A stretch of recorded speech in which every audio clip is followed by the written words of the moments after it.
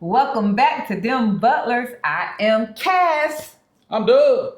And you are the Butler Brigade. Boy. This is one that they've been waiting on, Doug. Everybody's in here going, who is this handsome man in between Doug and Cass? Is it something you need to tell me? No. Everybody, this is the famous Hardest working man in Panama City, in Panama, the country, probably in the USA. So, Mr. Omar Ramsay. Insert applause. So, who is Omar Ramsay? Well, we're going to let him answer that, but who is Omar Ramsay to Doug and Cass? Omar Ramsay is a gentleman, little backstory. We gave you all this story before. We happen to have been at a BEEP, Black Expats in Panama event that was at La Tapas del Coco.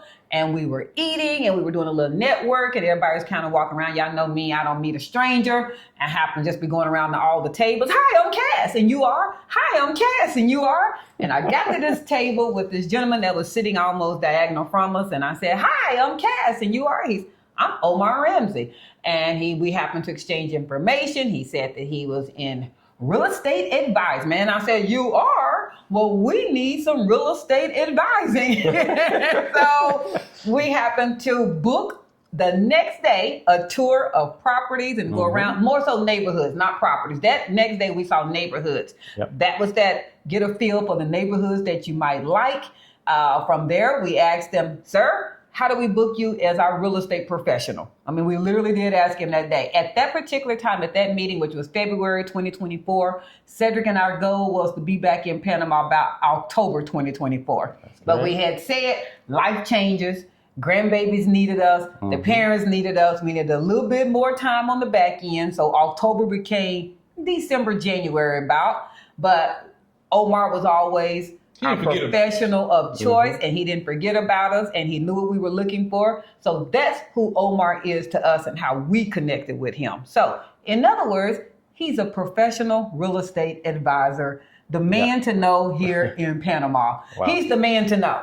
Do you need a plumber? Call Omar. Do you need your car fixed? Call Omar. Do you need a painter? Call Omar. One-stop shop. One-stop shop. It's Omar. I don't even think Omar has ever said no to you. I don't think he's ever said no. You say yes and then you go figure, right? So now we're going to take it all the way back. But realistically, who is Omar Ramsay? Where are you from, Omar? So I'm a Jamaican born by Jamaican parents. Grew up with my mom, my dad. Afterwards, they split up. So they always work in the service industry. Okay. Mom was like a housekeeping supervisor, and dad was a sous chef. Okay. So then mom got a job to work in New York. Dad got a job to come to Panama. Okay. So then we were left with our granddad. And that's where I kind of learned a lot about entrepreneurship, because he was a master entrepreneur. Like when you say jack of all trade, he was a master of none, but he was still better than the master of one, right? There you go. So he was a very influential figure for me, and I believe that's why I gravitate to the population that I serve as well, mainly in my business. But being in Jamaica, mom not there, dad not there, granddad working, we kind of started to run out of places to stay. Understood. Because someone wasn't behaving. And then we had like a round table discussion over the phone, and, they gave us basically an ultimatum, Wow. Either you come to the U.S. with mom, or you go to Jamaica to Panama with dad. So when I thought about it, I don't want to cuss in your show, but excuse the French when I thought about going to my mom, I thought about ass whipping and chores. Okay. Well, mama, real mama. Real mama. Right? So when I thought about dad, he's a pastry chef by trade. So I'm like, pastry and doing whatever. Dad. I'm going with dad. Easy, right? Yeah, easy choice. So came to Panama in late 2005. Okay. In December. I remember the day, it was 18th of December, 2005. 2005. And, from that day, the experience of coming to Panama kind of really marked me. Okay. So, I really thought of this as my new home and really, embraced it. Because, my dad used to work for a lady called Rebecca, and she was the counselor of Jamaicans in Panama. So Really? we don't. So that's kind of like Yeah. black expats in Panama, but was Jamaicans in Panama. Well, Or no more different? like a embassy, but Embassy. not an embassy, Okay. a consulate. So that's Okay. like the lower tier, right? Okay. They don't issue passport and do a bunch of things, just basic diplomatic Okay, things, right? understood. So she was a very interesting person because when we got off the plane, she was right there at the door. She held us by her hand. She gave the passport to one of the guys that were with her. He took off running, right? And we just walked through the airport casually, just strolled. She was talking. She was very polite, very nice. She asked us how was the flight, if we had aid, everything. And then by the time we got to her car, because we just went straight through the customs, everything. Everything right? because you were with her. Yeah. We went straight to her car, and the same guy that had her passport that took off running, he was standing there panting with the passport in his hands. She took them, gave it to my older sister, because we both came, and put us in the car, kissed us goodnight, and her driver drove us home to our dad. To your dad. That was just an amazing experience. Now, when we're coming from the airport towards where we used to live, I'm like this on the window. Yeah. Right? Because Like, what is this? What part of Jamaica are you coming from? I'm coming from the countryside. Countryside of Okay? Jamaica. From And Hanover, in what Coventry. age bracket are you about? Jesus. They're about. I don't want to give away my age. Well, No, I'm okay, just give us a kidding. scale. Give us a But scale. I was about in between 10 and 12. In between or 10 and 12. 13. Or 13, somewhere in But, there. Okay. Yeah, so I Look at thought- Cedric over there. yeah, Oh, But, five. No. I honestly thought that they had, cheated me. I thought I was in New York as well. Because they even had the music in the back, New York. And I'm like, this is crazy. This is so cool. I ended up in New York. So I felt in love with the country right away.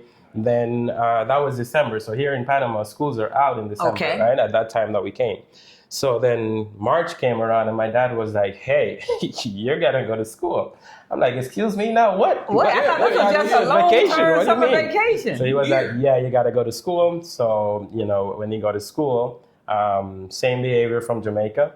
Right? It transferred so then, over. Yeah, so then because I didn't speak the language as well, getting in trouble every day. So a teacher came over and he was like, hey man, they're going to take you out of the school, but you go to another school, then they can take you out of that one as well. So I would recommend you learn the language, figure it out. Okay. Right? So I don't know, saner head prevailed that day maybe, but I took, kind to his words and really figured out how to speak Spanish in like 3 months.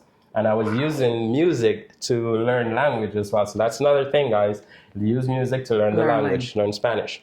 So afterwards, I was going to school singing the Spanish lyrics to these people. So I got really famous real quick, right? So that's mainly who I am, how I got here, and what I am today. Today, I feel like I'm just a server, right? Wow. I'm just someone that is looking to provide a service that is lacking in the market. Because today, I serve mainly Black expats or retired expats. Now, I didn't intend it to go after these people. They came for me. They came for you. Okay, so I love it. But you're great. Mostly used to, cater to everybody. And then one client was like, hey, I got this person, they had got into some trouble with their tenant or landlord or whatever. And, can you help them? And I, sat with them and now I'm just there, tears in my eyes and just listening to this person just tell a horror story, So that were That's kind of kind of thing that kind of, touched my heart. I grew up with my granddad, so I know how that is. I wouldn't have anyone take advantage of my granddad, right? The elderly. So definitely just gravitated to that. And then that person referred me to someone else who referred me to someone else. And now I'm here in front of you. Now, all right, I love it. So now I love that. First off, I'm amazed that as a child, even a young teenager, you didn't know the language at all. You didn't know it at all. When I came here, I learned hola. Just to tell you how green I was. Yes, hola. Yeah. And because if you're ever around Omar, you guys, as your, intermediary between going around, he speaks fluid, better Spanish than I would ever understand. And he goes head to head, toe to toe with the best of Panamanians. So you've picked up not only the language, even the dialect, the twang, the slang, everything that you just, even the nuances. Because there's a difference, we've heard this before, there's a difference in Spanish and speaking native Panamanian Spanish. There's just a little bit of a difference there. Yeah, that's true. A little slang there, here and there, and some words we use out here that in other country means something totally different. So if you know Spanish from Mexico, be aware, be mindful, and read the body language of the person that's listening to you, because sometimes you might say something that they'll be like, whoa. So, okay. Just be mindful that it's a different dialect, different words that we use for different things, and those words might mean something different. So just be mindful about some of those things as well. Okay. I can't say too much here. But we won't. My kids will watch this. Okay? That's all good. Now, I do have another one. So obviously, as a child, we might not have a determination as to where we go. Obviously, you got to go with mom or you got to go with dad, sometimes grandparents. But after you became of legal age and you could make those own decisions, what made you stay in Panama? So I used to I had a dream once to be a soccer player. I'm really good at soccer still. I would think, right? But my dad wanted me to play for Jamaica, if anything. Okay. So he took me back to Jamaica, and we stayed there for more than a year. And then we came back to Panama. And then I went back another time with my mom. Came from the U.S., stayed there for like 2 years. Now, when I was here in Panama, I was, learning different things. I got, into entrepreneurship. I was selling homeworks at school, right? Wait, homework? So don't tell Miss Johnson, okay? I'm assuming you mean you were assisting your fellow students in completing their homework. There you go. And they would graciously pay you a tutoring fee in assisting them. Thank you. She gets it. You see? Yeah. So, those are the things kind of, put me in a certain, level, I would say, of thinking and seeing things. And I knew, early on when I started doing those things, that I wanted to own my own business. I wanted to do business or something, entrepreneurial. So when I went back to Jamaica, it was a whole different world. Because Jamaica is just a party city. Right? That's true. One of the best there is. But all my friends, I want to sit down and talk business with friends and get deep into it and kind of, set up shop, if you will, like the song says. But everybody was just, you don't want to hear all that. When we're going to the dance hall. There's a party there on though.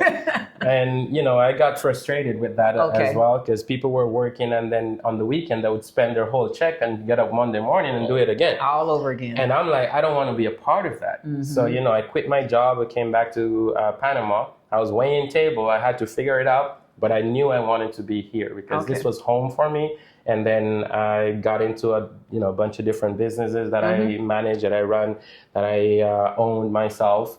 And then, stumble upon real estate after. And then that's a good segue. How did we stumble upon real estate? I'm assuming you did not wake up one day, and start your own very publishing great company right now. Yeah. What prompted you to go to that level? Was there a first real estate job? Was there a first business job that you started working with? Yeah, absolutely. But, I read a lot of books. Okay. And I listen to a lot of podcasts and, different things where people are trying to help you nurture your mind and grow and be more successful and be more awake and whatever. So a couple of those books spoke about real estate. Okay. So that's when I kind of heard the term. I was like, okay, cool. Estate? Right. And then, investigating, and you meet someone else and they talk about real estate. So it was always, around there, and seeds were planting in my mind and my soul, my spirit, my path, if you will. Yeah, it was already there. And someone told me that, if you're going to go into real estate, it's sales, you got to really have the cushion, because when you're starting, it's going to be very difficult. It's a non-paying job. Yeah. So that's a lot wasn't of work really, and no paycheck. Yeah, I wasn't really ready for that at all. So what I did was try to find one of these jobs, like an entry-level job to real estate, that would pay me, but also give me the opportunity to learn the business as well. So the next best thing was property management. Okay. Now, I'll tell you an experience of property management as to why I thought that was the best thing to do. Okay, go ahead. So, got into the company. I'll reserve the name, right? Of course. And, the guys were like, hey, this is a family and we're going to train you, we're going to have a great time and rah. And I'm like, okay, I'm so excited. I'm fired up. So this is a Thursday. I'm doing an interview. The guy said, well, you can start tomorrow or you can come in fresh Monday. We can get this going and all that. I'm like, sure, I'll come in Monday. Yeah. All right. So the weekend, I read up everything I can get my hands on, right? On real estate. Do my research, just reading a bunch of different things. I didn't have ChatGPT back then. So I had to go really deep in research. And, Monday morning, I have just so much questions. Right, so I go in, I sit down. I'm there from like, I don't know, 7 a.m. in the morning when I was on time. You know? And I'm sitting there just waiting for people to come. So 9 a.m. everybody come in now, right? Oh my goodness. And I'm sitting there, okay. I'm sitting and they're like, okay, so property management office is that one right there. I'm like, okay, cool. So I'll go sit in property management. Now, I've never been in an office or a real estate office, so I don't know what to expect. Exactly. Right? So I'm just sitting there waiting. And I'm waiting and waiting and waiting some more. And people go to lunch and they come back and I'm still there waiting. You still waiting? I'm still waiting. So nothing happens. I'm getting frustrated now. So I get up, I start walking around, and then I'm kind of getting anxious. Yes. But then I looked around and I started realizing my surrounding, and it looks like they were coming back from what I understand now as a open house or something, right? Okay. So then all the boxes and all the stuff, all the brochure, everything from the properties were just there, you know? So I'm like, okay, I'll just occupy my time and just read these things. And while I'm reading, just set things in order and put them away and kind of clean the office to make it look like an office. It just look like a storage that you just throw everything in when your mother-in-law comes in. I get you. So I did that, and then, you know, a couple of days went by, then still waiting for the training, nothing happened. So now it's Thursday. Come on now. It's Thursday of that week. That same week. And I'm still sitting there waiting for training to start. Then the office is now clean, so people are coming back to the office now, right? Then one of the senior property manager at the time, he came over and he was like, hey, we got to move in. You want to come see how moving is done? I'm like, I want to do anything. Let's sure. go. Let's go I'm do ready. something. Like I got my pad, I got my pen, I got multiple pen and a backup for that backup pen because I'm getting everything. You're I'm just excited. Let's go. So he was like, okay, so when the client comes in, all you need to do is just watch what I do, follow my lead, and then, you know, I'll show you what to do. So the client walks in. It's a guy, probably in his early 50s, I would say, with his wife, and his son was about 12, 13, right? Okay. A little chubby kid. And they walk in, and the guy just go on a rampage. He was like, hi, my name is Caesar. Welcome to this place. You know, this and that. And he's just going on and on and on and on. And I'm there with my pen like this. Like, is he going to give me a break at least to get something? Or is he going to let these people talk? So he goes on and start talking. You got this over here, that over there. And even you knew that was wrong. And he's walking with the people and, you know, oh, hey, how you doing? And he's going towards the elevator and he's still talking. And we go up to the apartment and he's still talking. We go into the apartment and he started telling the guy, oh, you have the kitchen over here. You have this over here. All of that has been painted. This has been done. And this and this. And the guy in the background is looking at the wife like, what? He hasn't even answered and I'm looking there like, don't look at me. It's my first day, okay? Please don't. So, you know, the guy, after, I don't know, 25 minutes of going on a monologue himself, finally boils down with sign here. What? And the guy was just dumbfounded. Wow. And I'm there as well, like, what? You're like, surely this is not what this is about. The guy just said, like, you know, just sign, let's get this guy out of here, right? So we can just start living. So he signs and he guy goes again like, oh, my number is on the back. This is yours. Da, da, da, da. If you need anything, please call me. Good night. And walks out. Not a good. And I'm just standing there like, oh, I think I got to go. Yeah. Right? And the guy was like, yeah. So we were walking out. We're standing in front of the elevator and I can't hide my frustration now. Yes.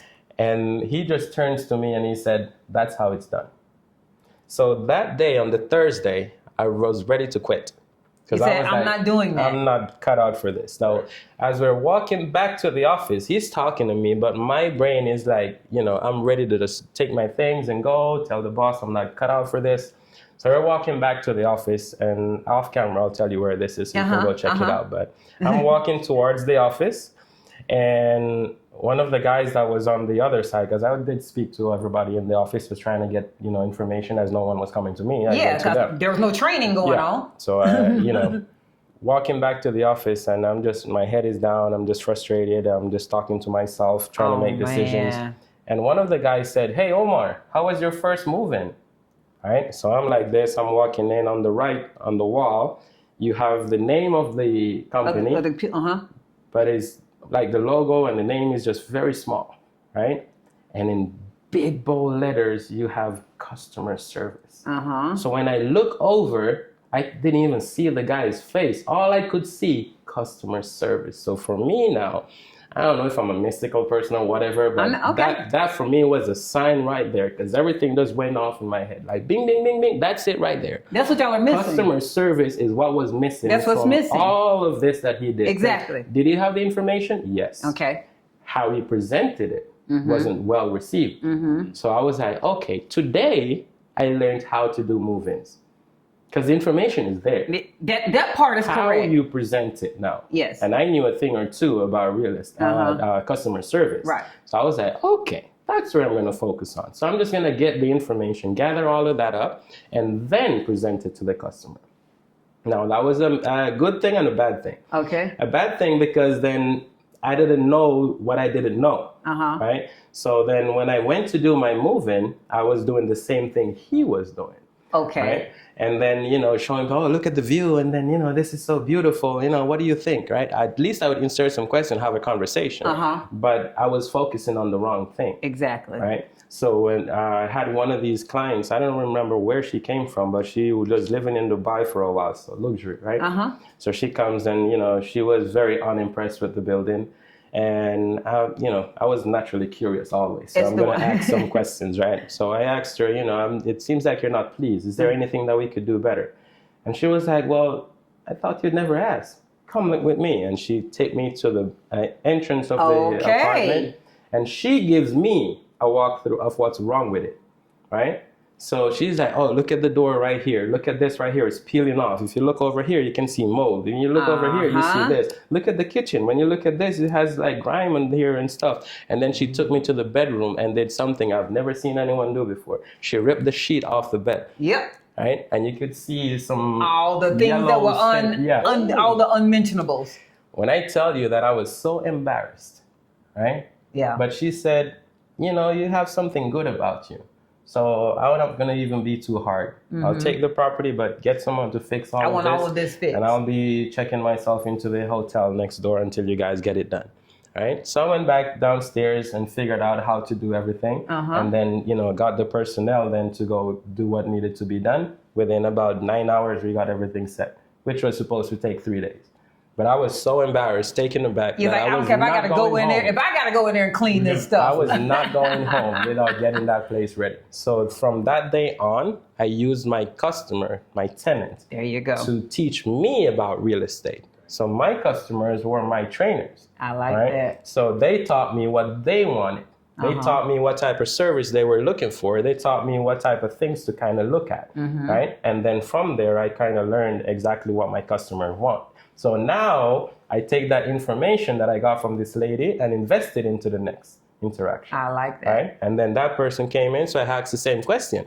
Hey, I'm just curious. What would you have done better, in this place or what place? Exactly. What would you, change? That's how you learn. And then they would go, oh, some people would be like, it's great, it's fine, and I have nothing to change. You don't learn nothing from those people. Right. So you're like, okay, cool, whatever. But I love those people that we regularly refer to as bad clients. The me's. Right? The picky clients. The picky people. I love those people. The picky people. Because if I can please you, I can please anybody. You can please anybody. Right? Right. And that's what I started out to do and kind of, find what was wrong with the property. Right. So the other day I was doing a virtual showing and the owner got upset with me. And he is like, why are you showing these things that would need to be fixed? And I'm like, I'm showing it because it needs to be fixed.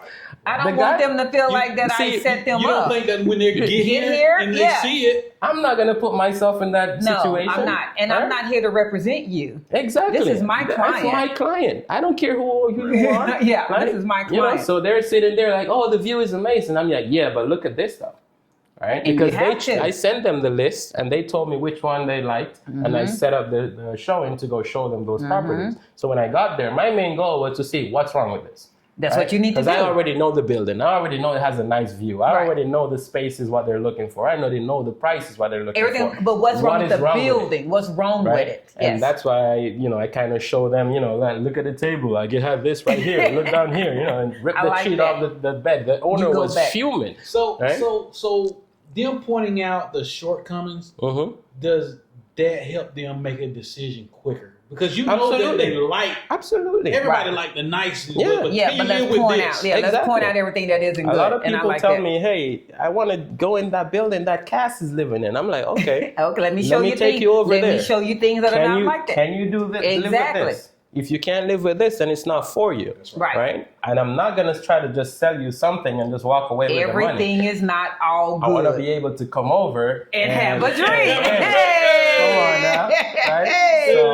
Or go have shots on birthdays. Okay. Right. So I'm not the typical broker that is gonna come rent you an apartment and then leave. Oh, that segues into a perfect one. So, what are you? What physically? What am I? What are you? And I say this for those of us that are back in the U.S. of A. So in the U.S. of A, physically, what Omar Ramsay and numerous people in Panama are not necessarily represented in the U.S. of A. We steer away from the word realtor because in the U.S. of A, realtor is connotated to someone who's going to assist you in buying a property. So there's numerous terms, and you're going to hear them all used. First, let's go through what are some of the terms that you might hear in Panama. Christ. But what do you call yourself? So first of all, some of the terms I have never heard of them before. Okay. And some of them I'm like, okay, guess I'm that, you know, 'cause I get realtor a lot. Okay. I get broker. I get real estate agent, real estate advisor. I get property expert. Okay. Now, thanks to y'all, I'm getting relocation expert. I say relocation expert and real estate advisor. I don't know what to say because mainly people are looking for what box does this guy fit on. Exactly. All right. All of them. So he really does. He's all of them. So my whole thing is I'm just a real estate advisor. That's what I would call myself because then my whole thing is to make your decision process making difficult for you. Okay. Right. So I show you everything that you're looking for and some. Right. So then when you see this, like you really gotta go either sleep, drink some coffee, eat, or take a drink. Exactly. Because it's going to be one or the other. It's going to be one or the other. But my whole thing is to give you what you're looking for so then you can make your decision. I would advise you then, because if you say, okay, out of the 5 that we saw today, I like 1, 2, and 3. Okay, I'm going to tell you how to reorganize this to get the best for your money. But at the end of the day, I need this to be your decision, not mine. Are there traditional realtors in Panama? Yes. What do you need to be what you are?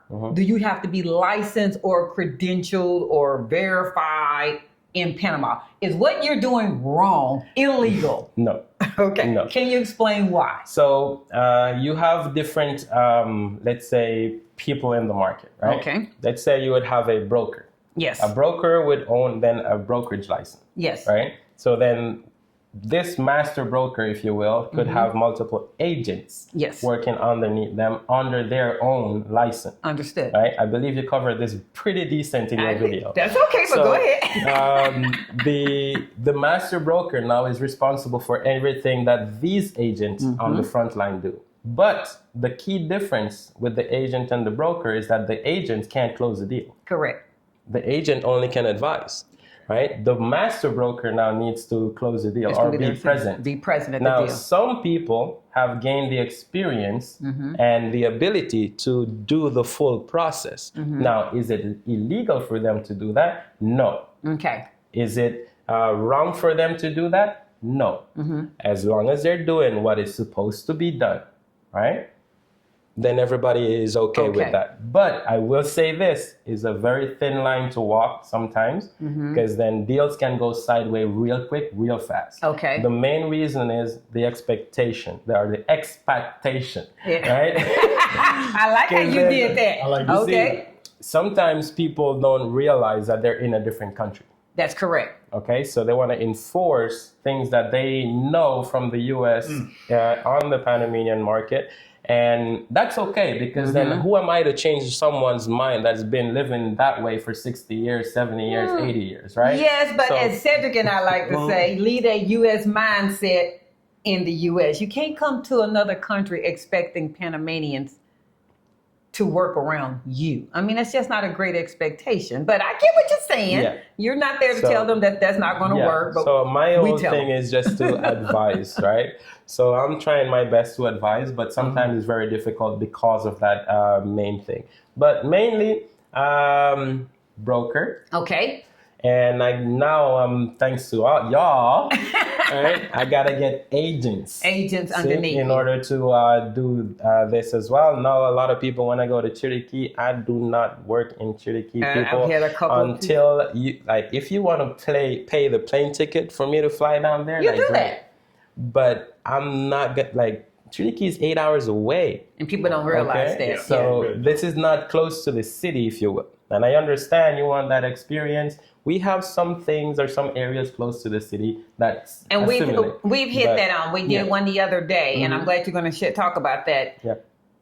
There's affordable, and by affordable we mean, let's just say that $800, even that $600 to $800 range in Panama City.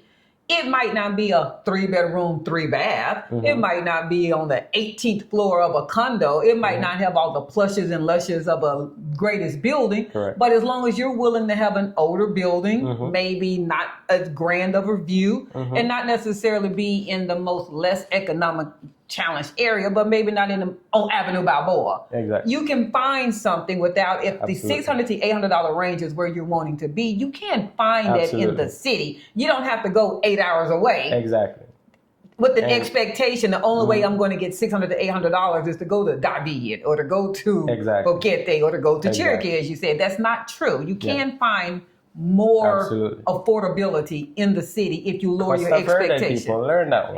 Costa Verde is only 22 minutes from the city without traffic. I was going to say, Cedric and I don't even like saying minutes. Disclosure. We do miles. Without traffic. Yeah, we do miles now. We tell people, it's about 25 miles away, but just like in the States, 25 miles at the peak of traffic can be 2 hours. 2 hours, 3 hours. It can it can be. And then I tell people, so if it's a Friday afternoon, traffic is crazy. If it's a Friday afternoon and it's payday, traffic is really crazy. But if it's a Friday afternoon, it's a payday weekend, and Panama is playing, just don't leave. Just find yourself a really nice place. Just don't leave. Go watch a movie. Go for a walk. All right. This is going to bring us another good one. All right. So companies. Yes. Because I send everyone, and I'm sure hence why he's been so busy, needs to build his team. So you have your OneDiversity, which is your property management, or you tell me what it is, and then you also have your white glove service building. Correct. Can you tell us a little bit about both of them? OneDiversity, and you can find that at OneDiversity.Agency. And that is mainly going to be the brokerage side of the business. Okay. And then Sauber Services is then going to be the white glove that you call it. So that's another term for the business that people call it. Because they call it one-stop shop, white glove, What are some of the services? Golden glove. I know what is offered there, but what are some of the services that you provide for that particular side of your business? How did I get to provide so much services? Let's start there. Yeah, let's do that. I had one client that my boss at the time was like, look, Omar, I know you're kind of good at what you're doing, but this client right here is a VIP client, and I need you to take care of this person as if it was me or if it was the president of the country. Understood. Like, you need to ballpark this service right here. So I'm like, okay. So he sent me the contact of the person as soon as he got in, which normally would be like 10 a.m. At 10:03, I'm already having a conversation with the person. Wow. Now, we get everything set up. I answered all their questions, and now it was my turn to come and shine, right? So I was like, okay, so I understand you're going to arrive on the 25th. May I ask if you have our transportation already that, would take you or bring you to the building?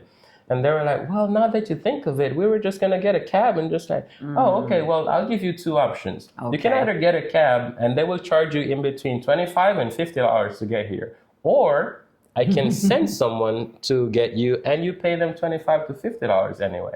And they were like, oh, that would be fine because now they know exactly where they're going. I'm like, okay. So I just walked out the door, spoke to one of the taxi drivers that were there. Hey, I work in this building. And I have some clients coming in on XYZ date. Their flight itinerary would be this one, and this is how much they're willing to pay. Would you be able to pick them up, bring them to the building? Right? And they were like, oh, well, I don't know, but yeah. Exactly. But they did. I work here. and I managed X amount of property. At the time, I was managing about 220 properties. Okay. And imagine 220 properties that need transportation. Multiply that by 25 and you tell me if it works or well. So and they have to go back to the airport at some point. Yes. Right? So they were like, oh, okay, all right, let's do it. So I did tell them a range of 25 to 55. Exactly. But I told the taxi driver 25. Exactly. Okay. Because this is a business. Yeah. And then if you got to do a tip, then you can also do a tip, but you're still within a budget range. You're still in that range. And that would help me to negotiate the price before you even get there. Right? So if it does need to go higher. Exactly. So those are the things I started to do. Then they came to the building and they were like, oh, well, now we're going to set up the internet.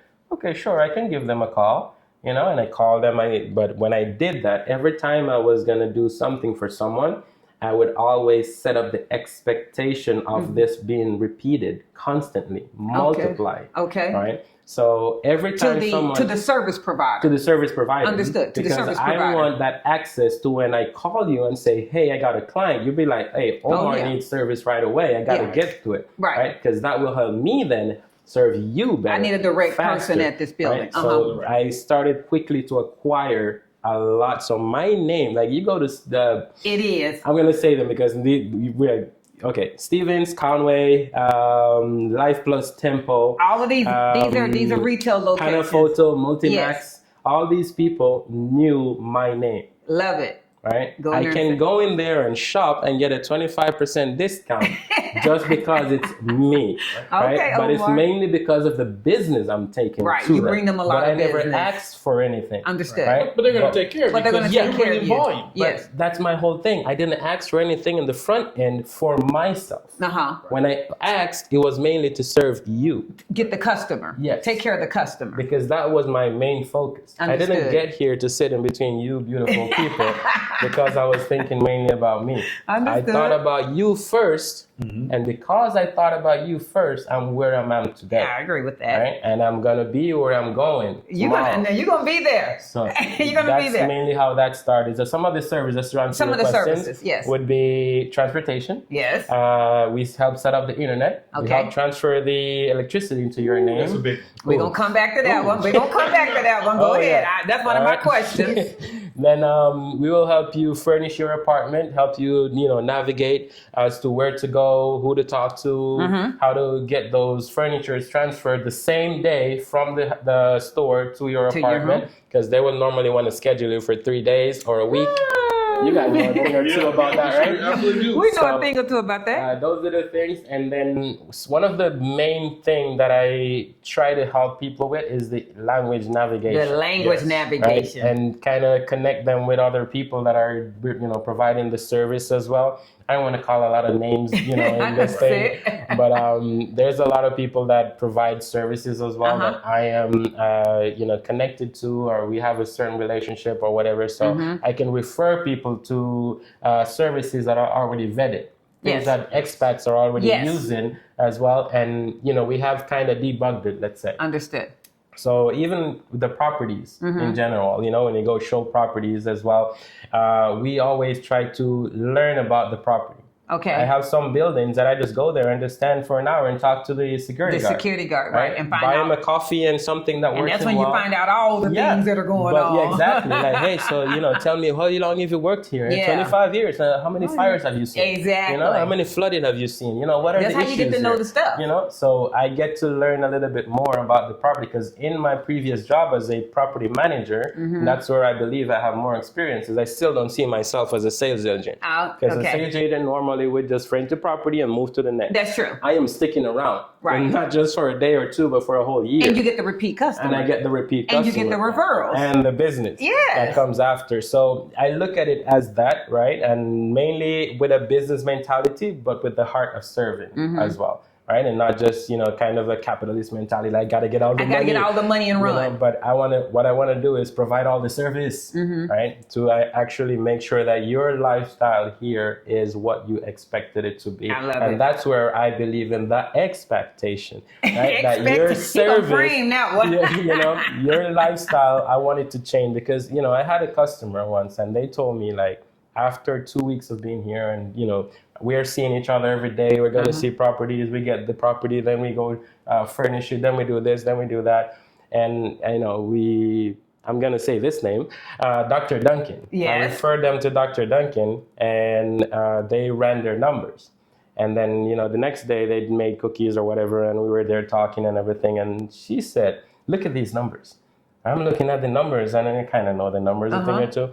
And I'm like, whoa, like this is crazy. And he said, yeah, Dr. Duncan said I'm like 25, and so on. You got a young body. And then they told me, look at this right here. And there was the numbers from the U.S. The change was drastic. And I'm only talking 2 weeks. He talking about like their health. Like Dr. Duncan is a major doctor here in Panama City that a lot of expats go to. So that's what he's talking about. So, they were saying like, I think I was suffering from PTSD. I think my health now is just majorly on another declining. level. Yes. Right? Because then out here, you don't got to worry about a lot of stuff. Like we are majority out here, right? We are. We walking on the street with some of my customers and they stop talking and they, their body language kind of changed because there's a couple police officers standing over there, right? So I noticed that and I walked by and I say, hey officers, how you guys doing today? And, everybody's turning around, they smiled, they greeted us, they treated us really nice.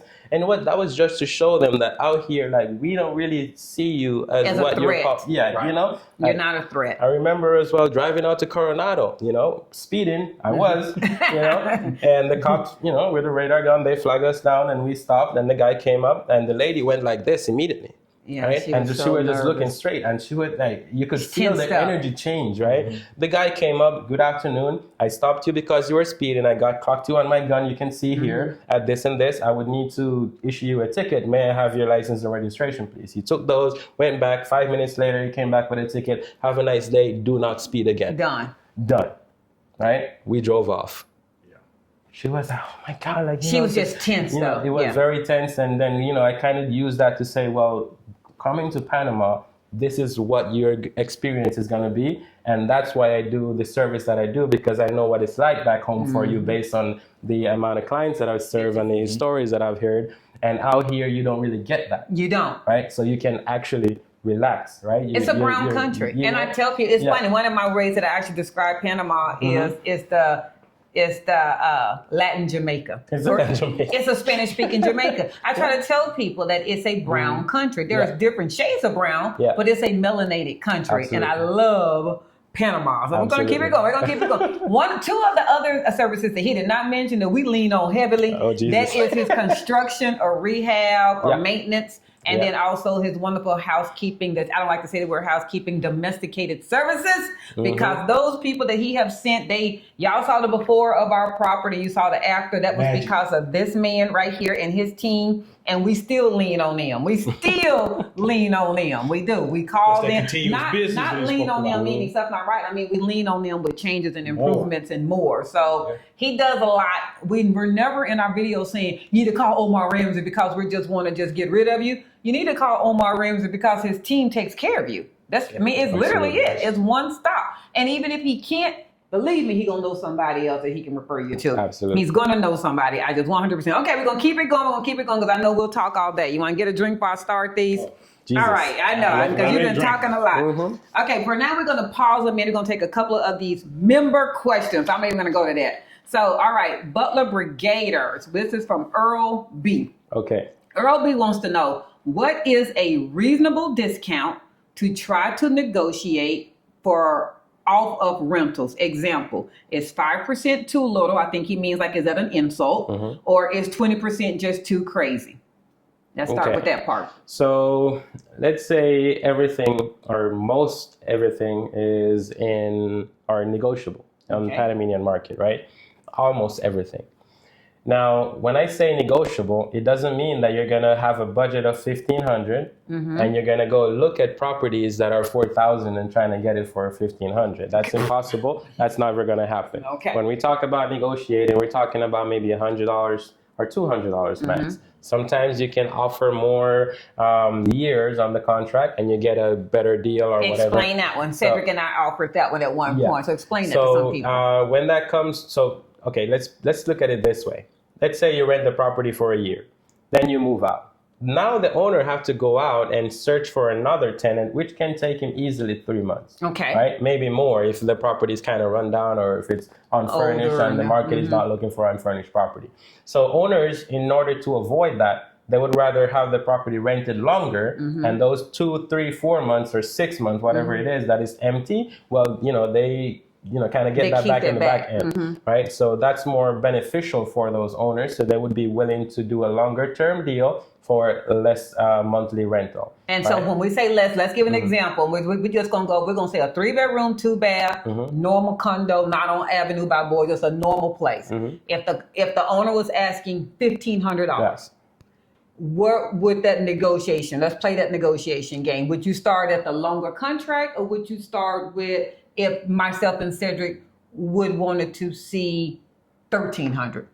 Would you do the $1,300, or would you come at the longer contract for that particular person? Well, before you do that, you've had a conversation with your client. Hey, what's your number? Yeah. Because we're not going to play this game. Yeah. What's your number? What's your number? So let's put it this way, right? Okay.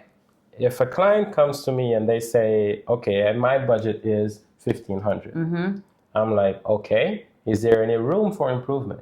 Okay. Oh, well, I can go up to 17, but I don't need to go up there. Like, that's my ceiling. That's my ceiling. In the 1,500 because I want to travel. I want to hire a chef like Cass and Cedric. So I normally say, okay, perfect. So what I do is that I go out. Now I can look for properties that are valued at $1,800. Okay. Because I know I can get that little $300 off depending on which of the properties we're getting. Okay. So it's a brand new property. Everything is perfect in it, like this right here. There's no room for negotiation, period.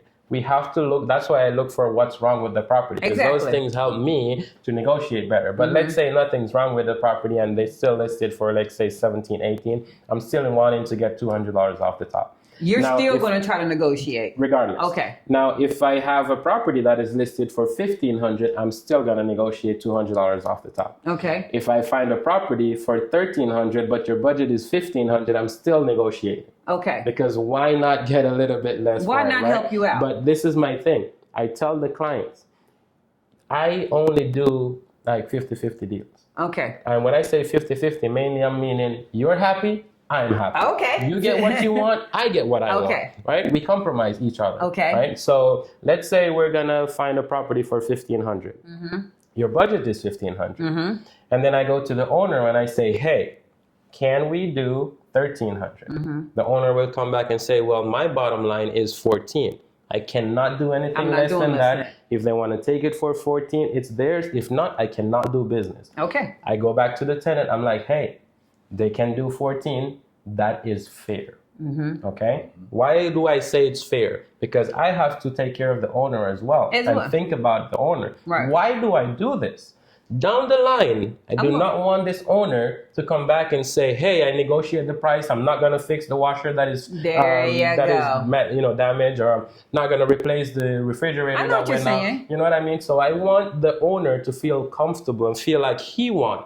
Right? As well. But I know over on this side, my client just won because they could have paid 15. They would have paid 17. But there's going to be something that's going to have to be taken care of in that apartment. Something is going to have to, like, I was trying to negotiate a property even today, right? And the owners came back and say, hey, we can absolutely not do $2,300. What we can do is $2,350, but to accommodate the client, because they, I think it's a really good profile, and because it's me, I have, they had multiple properties. I rented some of their properties. They know my clients. My clients take care of their property, right? Keep on doing that, guys. Yes, we do. But, we improve properties. So if you're part of Omar's team, we improve his properties. Please, that is very beneficial for the next guy that's coming, for the fellow African American that's coming to Panama. That is very beneficial for them. So the owner knows that. So they say, hell, the best thing we can do is $1,350, but $2,350, sorry, but we will add the maintenance cleaning of the AC. We will include that for her. We can't go down on the price, but we'll do this for her. So my next thing is, I'm not going to say yes to that. Hey, customer of mine, $1,350 with AC maintenance included. They have 3 units. Normally these units would go from $25 to $45 a month. Would you like to take that deal? The customer said, well, it's not $1,350, but at least, $2,350, but at least, I'm getting something in return, which if I had just accepted the $2,350, because my budget is $25. Yes. All right. So I'm still getting 150 off per month. Yes. And now I got a maintenance plan. Now I got a maintenance plan. So that's a really good deal. Okay. So now I go back and I tell them, okay, perfect. We'll take that deal because you're happy with it. You proposed that. You're happy with that. My client is happy with that because we're still getting some of them off the price range. Right. So those are things that we can actually do. So to answer the question, it's never crazy. Okay. Always ask. But sometimes when you try to go, let's say 30%, 40% off, don't do half. That is an insult. That's an insult. Yeah. But Cedric and I also said the last person that you do not want to be completely honest with is your property advisor, your real estate advisor, whatever word you all would like to use. Your Omar Ramsay. You don't want to not tell your property advisor your drop dead bottom line. That person is there to negotiate for you. So he's here to help you. Don't tell them 2,000, and as he said, when realistically he starts showing you 1,800 to 2,200 properties in that price range, and then kind of find out everything is no, and then eventually he's like, okay, so what's the problem? Well, we're really looking for $800. Well, then why did we waste our time looking at all of these properties? Like literally, why did we do that? Yeah. Before you start showing people, it's hard to interview somebody that you know the answers to, you guys. You do. I know these answers. But before you start showing somebody, do you do a consultation? Do you do do they fill out a questionnaire? Tell us about that part. So before we get into that real quick, I just want to say that sometimes I have on the flip side.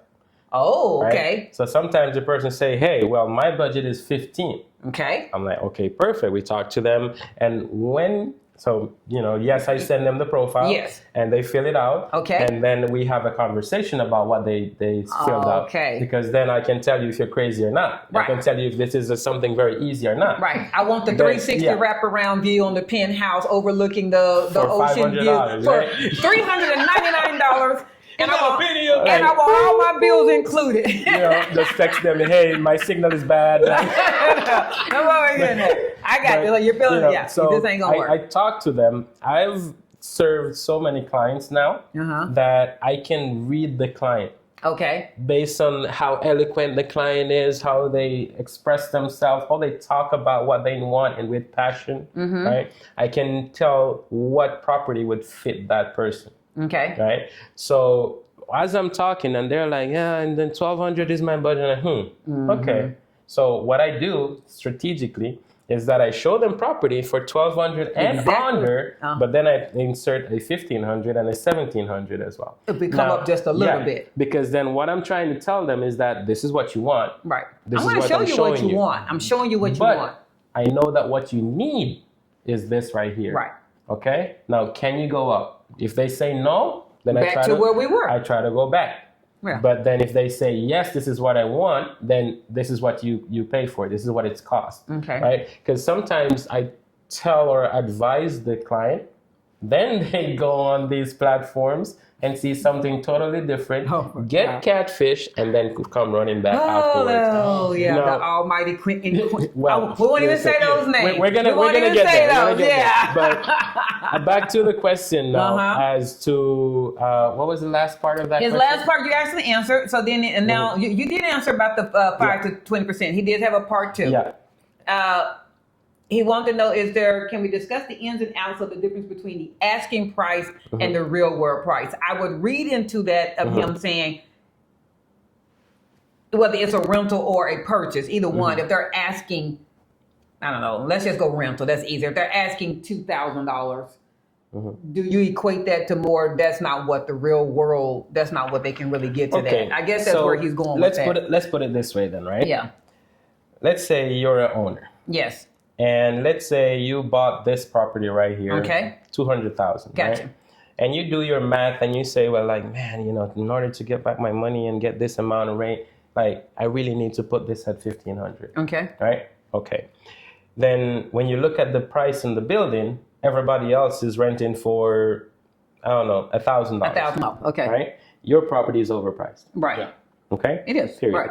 Now, how do you know a property is overpriced or not? You have to look at the history of the building. Where do you find that? You would find that on some other platforms, or your property advisor. Exactly. You got to talk to someone that knows the market. Exactly. I understand a lot of people have the confidence enough to go DIY themselves into a rental, but at the same token, you don't know what you don't know. Right. Right? So then you can get yourself into trouble. A lot of people go and do this. And then when I get them, I have to be fixing you have to do cleanup. I have to be, the Mr. Cleanup Man. Yeah, basically. Omar, why do you think people don't want to invest in, book, whatever word they want to use? I don't care what word they want to use. A property advisor. I know. Why do you think it is, Cedric? Because at heart, most people coming down here want to get the biggest bang for the less money as possible. Okay. Possible. But here's the thing: when you go cheap to start with, you're gonna pay more money in the end. Okay, but then this might be even a fair question. I think it is the realtor word. What is a true expectation of an investment that if you were talking to someone, they need to be prepared for your services, your services. You don't have to get bottom line down to the invoice because it's going to depend on, I realize, a la carte and how detailed the things we're going. As you just said, are they flying me to Chicken Free? Whatever you said, are they flying me there? Then that's going to be a different line item. Exactly. But what is an expectation of a minimum of an investment that for you to take them on as a client, that for them to be able to have access to you and your book of business and your knowledge, I need a minimum of an expectation of this.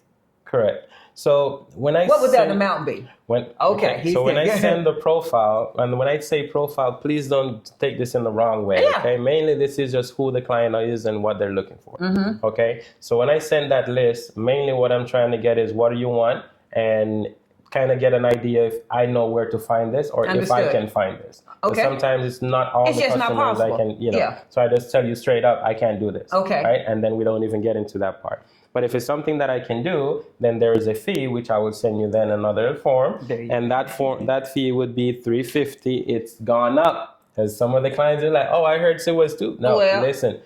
There's a lot of people coming into Panama, and then the time, all right, is not. And I'm going to add this word in case he didn't. And that is subject to change. So depending on when you watch this video, you might watch this video 6 months from now. We did say minimal to have access to him, which is also subject to change. So we're going to leave that open or if it needs to change. I'll put it this way as well, right? If you look at the real estate relocation companies, people are paying like 4 times what I'm charging. And I'm not doing this because I feel like I deserve. I'm not doing this because I'm trying to rip people off. And just as a public service announcement, I do not charge to show properties. That is correct. Real estate agent, broker, realtor, whatever you want to call them, do not charge to show properties. That is illegal, right? What we do is that there is a service that we provide, right? And there are other things that are attached to that. Showing you property is one thing. What comes after is what you get for what you're paying. That is correct. That fee can last, whatever time. They took a year to come back. We did. They said 8 months. They came back in a year. Yeah, they did. But I was still there, still ready to prepare and ready to serve them. Right? So those things as well. You come down here, you want to do that now because I don't know if you're coming back. Okay? I'll say it just like it is. Yeah, you do have to pay him, you guys. Let's get that out of the way. And basically, you're paying everybody to get here. Yeah, sure. Right? So when you get here and you have the expert, why not pay them as well? That's just one thing. But at the same token, I really want to say this, though, is that when we show the properties, if it's not what you're looking for, that doesn't mean like game over. Right. We go again. It's not a one and done. And again. And then you see the properties you like and you say, okay, but I'm not ready to rent until a month or 2 months or a year from now. Great. Then why are we doing this? Some people want to plan ahead. But it won't be there. The idea. Because then let's put it this way. Some people don't know if Panama is it for them. I understand. And I understand that part. So I really want them to come down. I want them to get a feel for the country. And that's why I recommend everybody. I don't care if you want to go all the way down to Boquete. I would not follow you down there unless you're paying for it. Right. But I will say this, navigate the city first. Understood. Get to understand how Panamanian culture works. Because what you're thinking you're running from or don't like, there are other areas that you might also be just as beautiful and adaptable that you think you can only find someplace else. Yeah. I do have another question for you on that, though, Omar, on the fact, if someone has a deal, it was everything. Yeah. It was their Luxor 400. No. I'm being honest on this. It was their deal. But they can't come for 6 months. Mm-hmm. Would you recommend as their property advisor? It's everything you wanted. I can't make this owner hold it for 6 months, but you can rent it. Yeah. With the understanding that you're paying for 6 months that you're not here. Yeah. I mean, that's the only thing you can do. You can you can go ahead and rent it, take it off the market. Because the owner, I'm assuming, I'm not trying to put words in your mouth, the owner doesn't care if you move in next week or 6 months from now. Care less as long as they're getting your money. But you need to know that you're paying for rent in a place you're not moving into, but you found your unicorn. This was the one you wanted. Absolutely. Is that okay as well? Okay. Some people might think that concept is crazy, but I will tell you this as someone that is doing this 7 days a week. People have come down here, which at the beginning I thought it was crazy until I see how fast time flies and how they actually use the property. They have come down and rented the place. Shout out to Mr. Smith. They rent their place. And they rented from like a month and a half ago, but they're not coming back until the end of September, right? I understand. Then you have the Weir family. They're not coming back until, I think June, and they rented like 2-3 months ago. Yeah. Right? And I manage a property for them in their absence. But what happened is that while the property is vacant and you're paying for it, you got friends coming in town. You do. You got family going on vacation. You do, or you're getting those upgrades that you wanted. You're getting your pay or whatever. Even if it's brand new, you're getting stuff done. Things are happening. We manage the property for you, and we take good care of it. We show you, we do everything you need. I have one client. She came down. She rented her property. She went back. We finished the deal remotely because that happens. And then what would happen then is that the property is vacant. So we're going to be attempting to furnish and put everything in the property before she gets back. She's going to come back to her home. Internet will be turned on before she gets back. Exactly. Right? The electricity, if we do the POA, can be turned on without being in country. We're going to pause right there. We can't even go past that. Omar, this was one of our we got to turn in. Okay. Omar, this was probably, we're going to pause right there. I know you was on a thought. One of our most, responded to videos. Yes. Commented. Yeah. There was some instances going around in Panama where there were people stating that they had very high utility bills, in particular electric bills.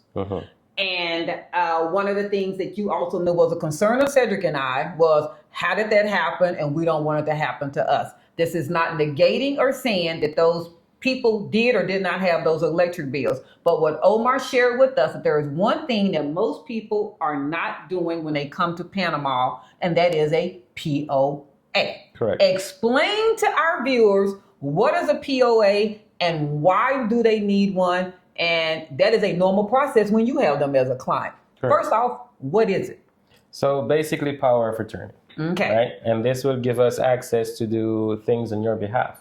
Simple things, internet, connection, or the transfer of the electricity to your name. Which is? Now, why would you need the electricity to be transferred into your name, you may ask? Well, I'll tell you this. Number one, you get to know from the get-go if there's a bill unpaid. Because the company will not switch the electricity or the account from someone's name if they have an outstanding bill. Okay, so here in Panama, I want to make sure, because it's a little different in the U.S., and that's okay. So here in Panama, in the U.S., those of us that go and get a new property, if we're going to move to address 123 Main Street, I can go and tell said power company, we're just going to call it power company, hey, power company, I'm moving into 123 Main Street on July the 1st. Power company will go, okay, give me your information. I'm Cass and Cedric Butler. We're moving in on 123 Main Street, July 1st. They will switch the power over in your name. July 1st is now in the Butlers. In Panama, it doesn't work that way. No. Okay. So when it comes to the electricity, it's easier for the company to do a transfer of the titlership or the account than to cut it off and turn it back on. If you go cut it off, you will have or be without power for at least a week. Okay. And in Panama, as you know, there's a famous word, mañana. Mañana. Mañana is a day that never exists, right? It's like when they ask you, when are you going to go to the gym? I'll get to it. That doesn't exist. That's not a day. Okay. So you will definitely have the property without electricity for a while. You're going to have it for a while. Right? And then they have to now, do a new account and do all of this, and then the meter and all that. Yeah. Set a new date to bring the meter to you, which can take another mañana to get there. Okay. So what we do is that instead of canceling and activating a new account, we transfer the account or titleship of the account. Okay. The company will only transfer the account if and only if the bills are paid up to date. Okay. And that protects not only then whoever was in it, was in that place, if they left a $20 bill, and now Cedric and I happen to be moving in. Correct. So Cedric and I moving in, we're going to stick with July 1st. Cedric and I moving in July 1st. You have the transfer of power ownership. Yes. And you go and you turn this in. Yes. And now if there's a $20 bill, the previous tenant is responsible for that $20 bill, but we start fresh, or they don't even start the new account until that $20 is paid. They don't start the new account until $20 is paid. I understand. And it could be $1, it could be 2 cents. They're not moving that. Now, this is the part that I kind of help to expedite. Okay. And this is a pro tip, so take this, write it down, and then let's get to it later. Some owners sometimes are unresponsive. Some of them are irresponsible. So in the event that they get there, your contract always states that they have to prevent or kind of foster a safe, livable space for you. And that's where a lot of them can get crippled.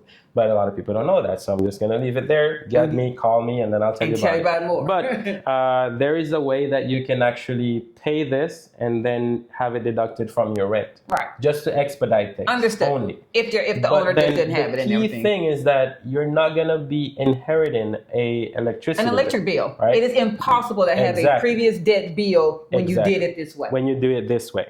Now, I do 2 forms, which you remember. We do. So one of the form will take it from the owner's name, because normally it goes back into the owner's name. So what we do is that we take it from the owner's name to yours, and then the other one is take it from your name to the owner.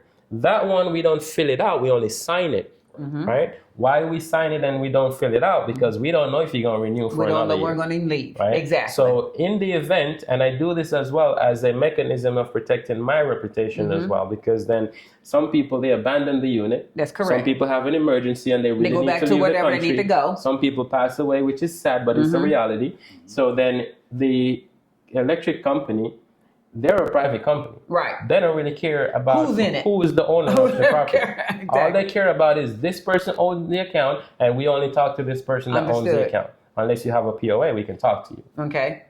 Now, what happens is that the owners sometimes don't even know this technique. And sometimes if you leave this property and electricity is in your name, the owner cannot get it back without that document signed. Okay. Oh, wow. That's why you Doesn't matter if you show proof of when you bought it and you bought it cash and you tell me your money came out of the account and went into this one. I could care less. The owner of the account is responsible for it. Understood. So that's why we do the 2 forms, to both protect you, to make sure you're not inheriting a bill, and to protect the owner in the event you abandon the unit before time. Is this a standard practice? Is this a standard practice that most real estate advisors, brokers, whatever, should be doing? And if so, why is it that it was so unknown? Numerous people, they said they've lived in Panama for 15 years and they've never heard anybody have to fill out this form. So this is the thing. Most brokers rent your property and then move to the next. Yeah. So the same day you sign, the same day the money hit their account, peace, right? Deuces, we out. Me, I'm sticking around, right? Understood. So the thing with this is that I get to do all of this with you. So I get to understand how it works. I'm naturally curious, so I'm going asking questions. How's it? Yeah. Right? So when I get there, and most of this come from trial and error as well. That's why when I get to you, the process seems, whoa, like this guy, like they know what they're doing. But exactly. A couple months back, I was struggling. I had to go 3, 4, 5 times. You had to go. Right? because then you don't understand the process. Understood. Once you get the process, then you know how they operate. Then you know how to navigate all of the loopholes that exist, because they do. There are. But also you get to understand how you can expedite the transaction.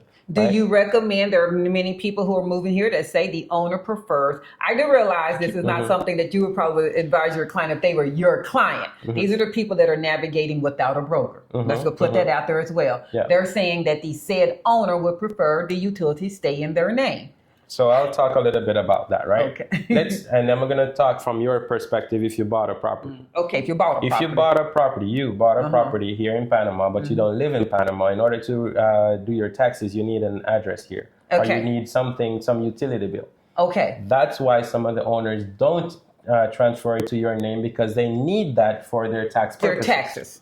Okay. So then what happens though is that some of these owners don't know the process themselves. And that's why the real estate advisor educates the owner about this. Because some owners, they just, they inherited the place or they bought it and now they don't live there, so they want to rent it out. Right. That doesn't mean that they have the experience of renting. Exactly. Because just as you are inexperienced of renting condos, they are inexperienced of renting their properties themselves. Of being an owner. Owner or landlord. Right. So we as well have to educate the landlords in order for them to be able to understand how to help you.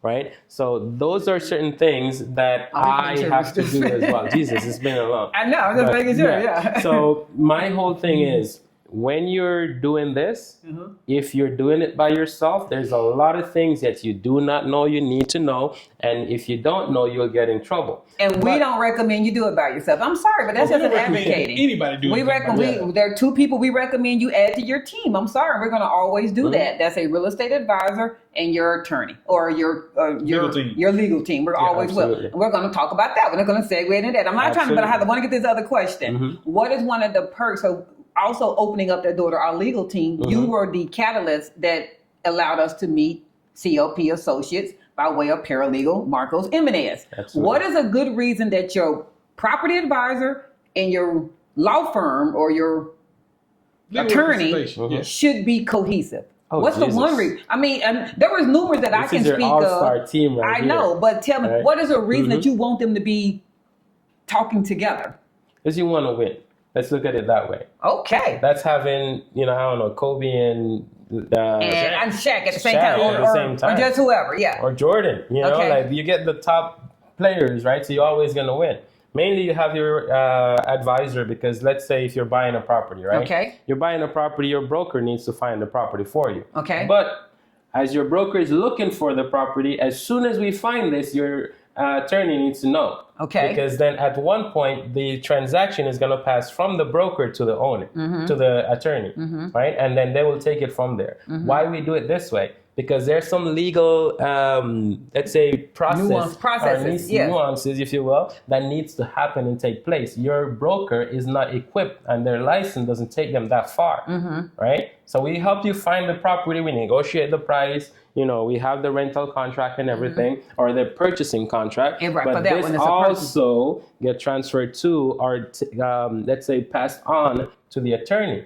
Because number one, they got to make sure that you're tight and you're protected and you're not buying, listen to me, not buying a ghost property. And we can talk about that as well if you want in this video or the next one. Okay, we'll probably do that one when it's you and Marco. There's such a thing as a ghost property. And just real quick, that's a property that someone owns that they're selling, but the titleship is wrong. So then you're literally buying something that is not owned by this person. It's not owned by them. Right? So you're looking at false information. Now, how do you navigate public registry? Your broker helps you with that. Your attorney helps you with that. How do you know that the property is the right information to that particular property? Your broker helps you with that. Your attorney helps you with that. And I know, like for us in particular, whatever it is that we were going to need from Marcos for our Pensionado visa, it had to come from you in the lease form. The address, there are numerous people that sit there and go, I don't know how they're doing it, Omar, and I don't want to know how they're doing it. But they come down here, they only stay in a hotel. Truly, I'm not being funny. The whole time they're here, they stay in a hotel only, but they end up with their Pensionado temporary visa. I don't know how, and I can't understand that, because I know that one of the processes we had to do was having a lease. Yes. And it had to be presented to Marcos. Correct. How they're doing it, I can't answer that. But is that a step, or is that a step that people are somehow bypassing? I mean, I know you're not getting into the visa part, but the main thing that they need is a visa. For the visa is mainly like an address, and that's why people are using hotel address for this. But immigration doesn't really accept that, so then they're given a bogus address in order to get that. That is wrong, people. So get your property. Because you don't need to have the pensionado visa. And this is the misconception a lot of time with the renting or buying. Like, you don't need your pensionado visa to rent a property. That's correct. Right? You don't have to have that yet. The only thing you need is your passport. There are steps to this. You get your property, then with your address, you go to immigration, do your thing through your lawyer, your attorney, right? And after that, the attorney will help you with the bank account, because now you're going to need the temporary and you're going to need your address. Boy, they're going to be mad at you. They're going to be mad at you. You saying that same stuff we said. So is it possible that they're getting their temporary during those 2-3 days, but more than likely when it comes to getting their permanent without that address, that may or may not be approved? Because Cedric and I keep letting people know that it is not a guarantee that just because you received your temporary that you're going to receive your permanent. It's not a guarantee. Exactly. It should if all I's were dotted and all T's were crossed, but that's the verification process that the immigration office is looking at. And they know that that's the address to the Megapolis Hotel or to Courtyard Marriott. They know that's the address, and you're not going to get it. A lot of these things are being turned around, because then people are just putting hotel addresses on there. But a hotel address is not a real address, people. Okay. That's not where you live. You don't live in a hotel. They're going to be so mad at you. But I hate that. Anyway, I'll leave this to Marco Jimenez. That's going to be here. Please reach out. I'm not an attorney by no means, no immigration attorney, so don't take my word for it. He'll tackle that. We'll talk to Marco, and Marco will tell you from life or real life experience what's going on in the market, what that looks like, and what you need to do. Right. Okay, but, I do have a question. Go ahead. That goes on with this. For your clients, how important is for them to have a bank account here in Panama? I mean, are owners going, hey, I got an American bank, I'll accept their payments because I have an American bank? Or is it, hey, I guess for paying the rent. Let's go for paying the rent. Paying the rent. So let's put it this way. Okay. Just as I'm asking you information about yourself, okay, the same way the owner is asking me information about you. Okay. Who's this person? Where do they work? How much do they make? Okay. That's why we do the proof of income on your passport. Okay. Right? And the proof of income can be anything, right? Okay. But mainly we want to know who you are. This is basic KYC. You walk into a bank, you want to know who you are. Who's sitting on the other side, right? So what happens is that the owner wants to know these things, and the owner will also have his request about you.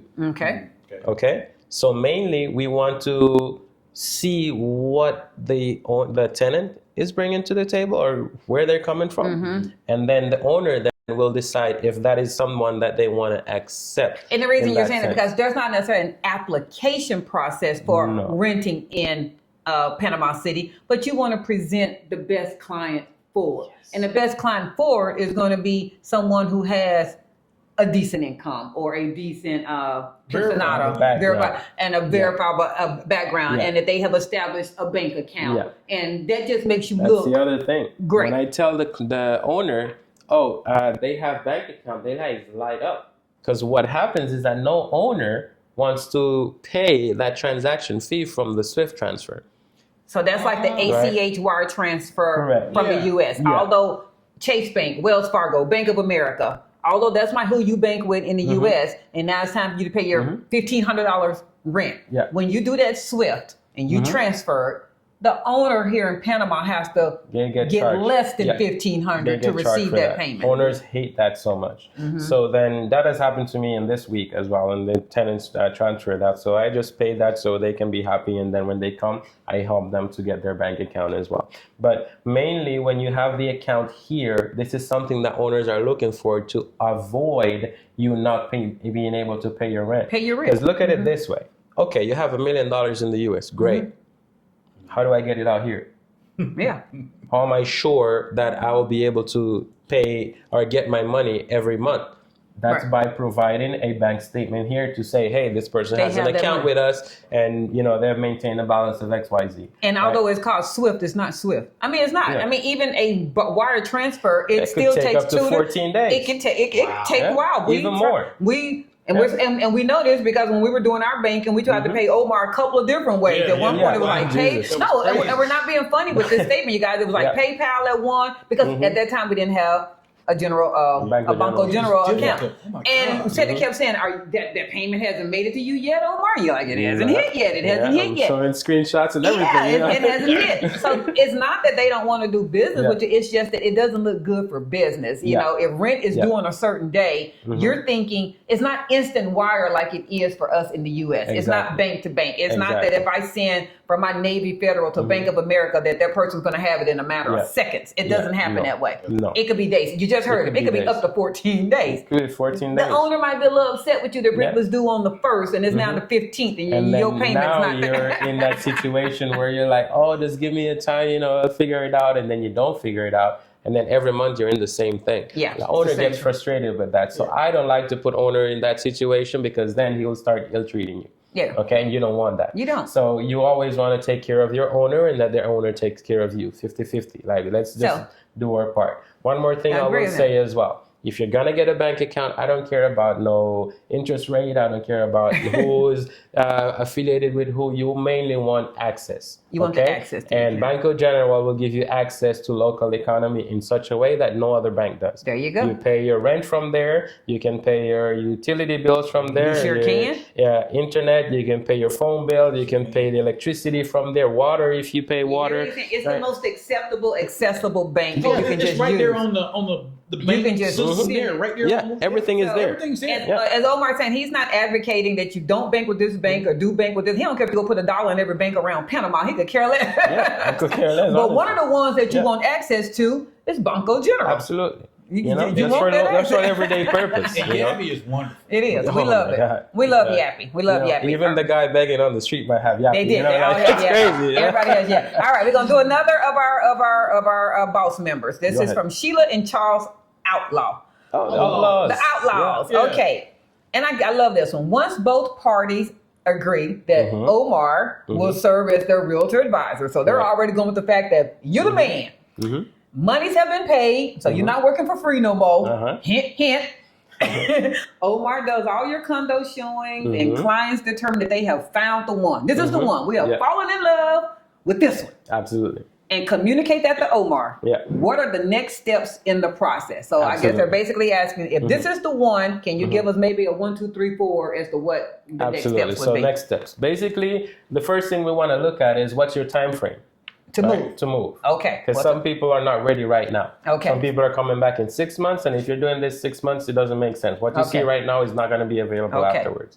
So that's the first thing we got to get out of the way. If you say a month from now, we can work with that. Okay. If you say 2 months from now, then I would try to set the move-in date closer to when you're ready to return, so you're not paying 2 months. 2 months in of advance, an empty right? apartment. Exactly. Mainly Okay. you just pay 1 or 15 days or 10 days or whatever. Okay. Right? Then that's the first thing. When are you moving it? The second thing would be then we go and we can negotiate the price of the property. Then we negotiate the terms of the contract. Okay. Right. Once we have the price set, once the contract is all with all the clause, your attorney vetted it, the owner's attorney vetted it, everybody is happy, we proceed to sign. Who signs first really doesn't matter. It does not matter Meaning who signs first. owner or tenant. Owner or tenant doesn't matter. Okay. Me personally, I love for the tenant to sign first. Why? Because the contract is coming from the owner. It's already written so on their they're- behalf. the It's written owner- on their the behalf. They owner shouldn't have of- any changes. Exactly. The owner Okay. shouldn't have any changes. So mainly the person that will have the change is the tenant who's receiving and reviewing this with their attorney, right? So then if they have any comments, if they have anything that they would like to change, then basically what happens is that we go ahead and edit. Right? Okay. Once it's edited and we send it back to the owner is okay with it, we send it back to them, get it signed, and everybody then are all good. We have a deal. We have a deal. Now we proceed to pay. Okay. If you are outside of the US and you're doing your deal, please take into account that you have to pay a transaction fee.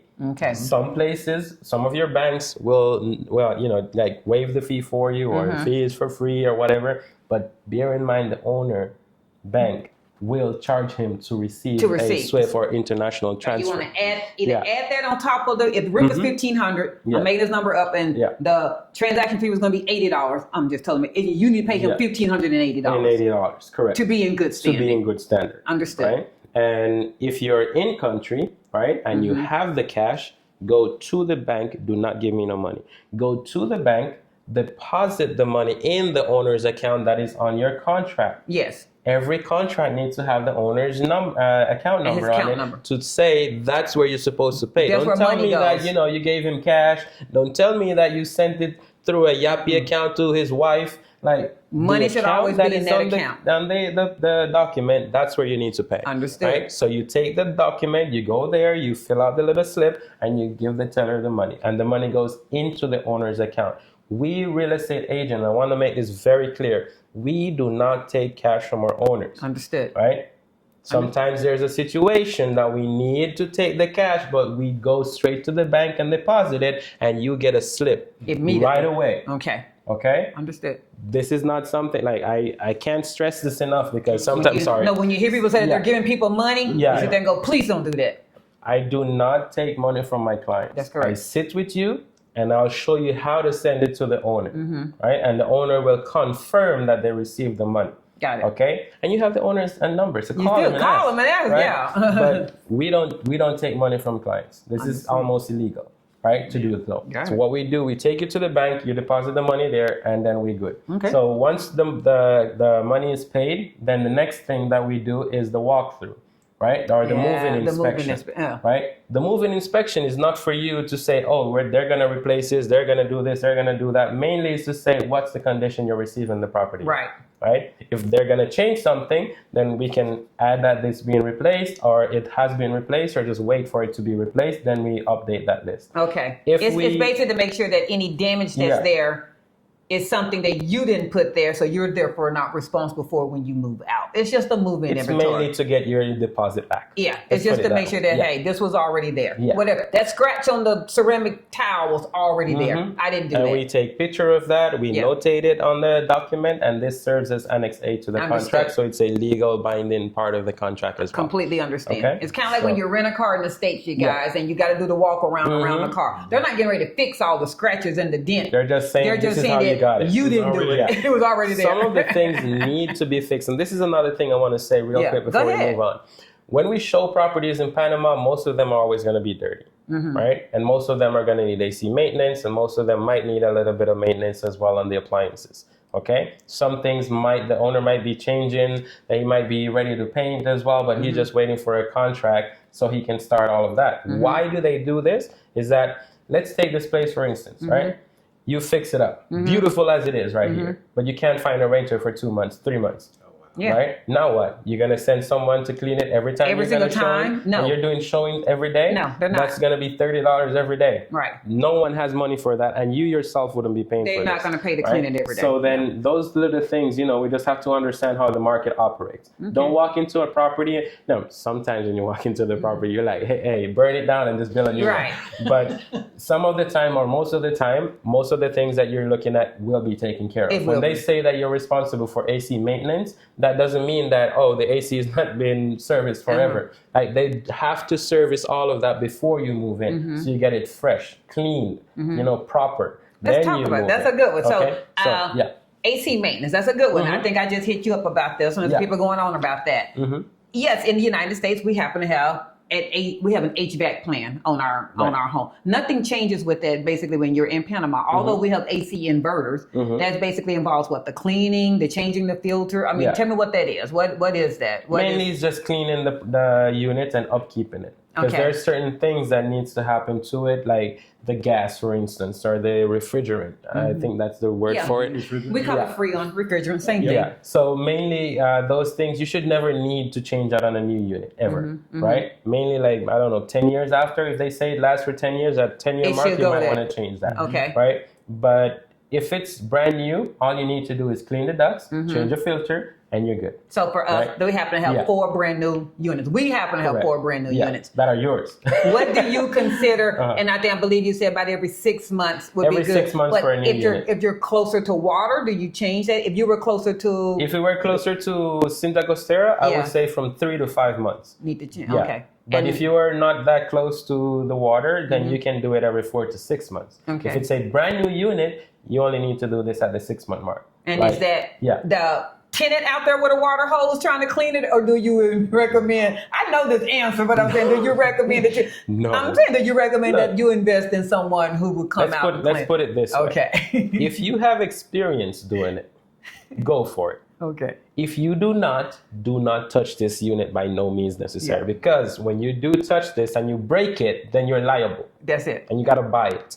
Okay, when I look in the camera. I know. I love it. This is very serious. It is. Okay, so you have to make sure you get a professional, and let's not be cheap people. Like we go out and we go to the club or we do this and we're buying bar, we're doing all this. So be responsible when it comes to maintaining your unit and maintaining someone else's unit as well, right? There are some apps out there you can get discounts on. Right. You can talk to a property manager or get a quotes around. Right? Don't just go with the guy that knows someone that knows someone. Sometimes you can actually get professional companies to come out for less than $50. Love it. Okay? So do your research a little bit on that. Not promoting my business, but if you want, reach out. But do your research, find who has the best rate, and then go from there. Check out all the platforms that do discounts so you can see if there's something there when you need it. Right? I love it. Now we're gonna do a little rapid question. So we're gonna start with we're gonna start wrapping it up. So this man got 50,000 jobs he got to get home to. All right, this is a good one. Can people lease a property remotely, not be in country? Can they be totally in the U.S. and do everything that you mentioned? Let's say you did a virtual showing, they fell in love with it. Can they do the paperwork, the documentation, get started, send the person the money, and not even have never touched foot in this country? Yes. You can legally rent a property and not be here. Absolutely. Do you recommend that? That's a whole different story now. I would at least recommend the following. Come out here, see the places, get acquainted with the areas, right? So to make sure that that's where you want to be, right? Once you've been out here at least one time and you see what the buildings look like, what the neighborhoods look like, then I would advise you to actually go ahead and do that, because I have clients that have done that and it's a home run for them. Some other people that try to do it on their own, and they come to a disaster. They failed miserably. That's the next question. Like I said, because we're doing some rapid ones, because I know y'all been listening really fast. Not gonna mention their names, but they're out there. But I will mention this one company because it's one of the major ones. We all know about it. But let's just say Facebook Marketplace and similar websites that might be out there where you can find rental properties. We'll leave it at that. How do properties get posted there, and are they vetted? And do you recommend people, if they see places, this is another one, so that's one question, and when they see places and then they either some kind of way call that location, go see that location, it's funny that property is never available. What's your take on that? So this is my take. We are all, okay, so all brokers, realtor, agent, whatever you want to call them, are equipped to find properties where they are posted, correct? Now, I will say this. Sure, go on Facebook and look at the properties. They look beautiful and they're listed here and there, and they're all in those clandestine groups or whatever, or on the marketplace. Yeah, find those, send it to your realtor. There you go. Send it to your guy. Have them vet it for you. I have clients that send me properties over in Costa del Este for $800.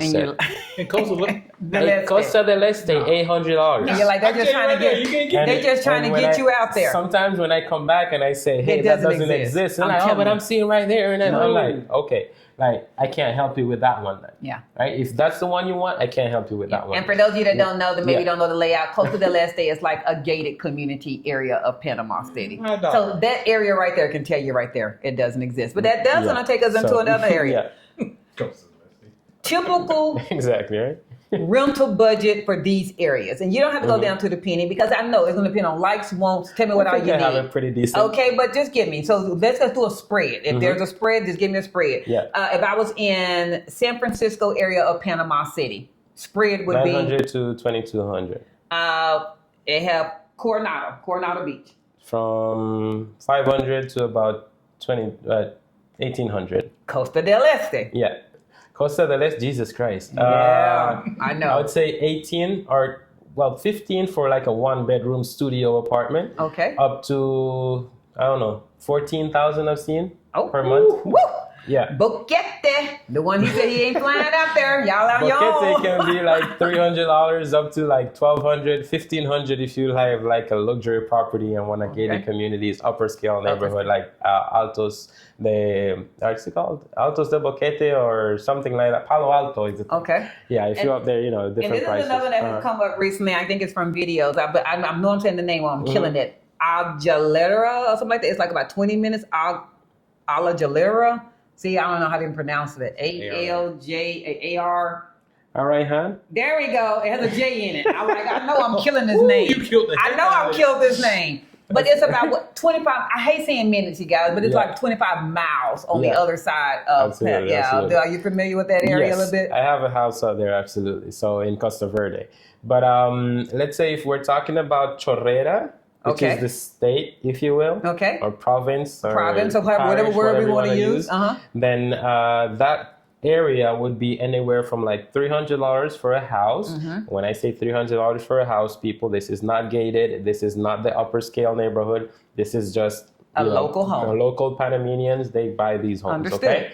But if you're in an area like Costa Verde, which would be like the upper scale neighborhood, then you can get up to like $1,500 like for a duplex, if you will. Okay. Or a triplex. Understood. Right? But those are like the best areas over there. Araihan is specific, or right hand, which is the name for it actually. Is there an outright hand? Okay. Yeah, the taxi driver couldn't pronounce right hand when the soldier told him to leave him at the right hand, so that's why Araihan exists. That's how the name. Look at this. I got this history. Because the taxi driver was rolling his tongue. So that's how it came about. But it's an area that is great if you know where to go. Okay. If you have a realtor that can advise you where to go, it's a nice area. They actually have a beachfront property or beachfront properties over there as well. Learning. But you definitely have to talk to someone who knows the area in order to go over there. I wouldn't advise that area on your own because these people are not really, that sounds bad. I know what you're saying. They're not open to doing deals with those that are not from the area. They're very if you don't know what you don't know again, right? Then you might be moving in next door to something that is just going to be not what you're looking for, maybe. And some of these I already kind of know the area you're going to say, but how about Obarrio?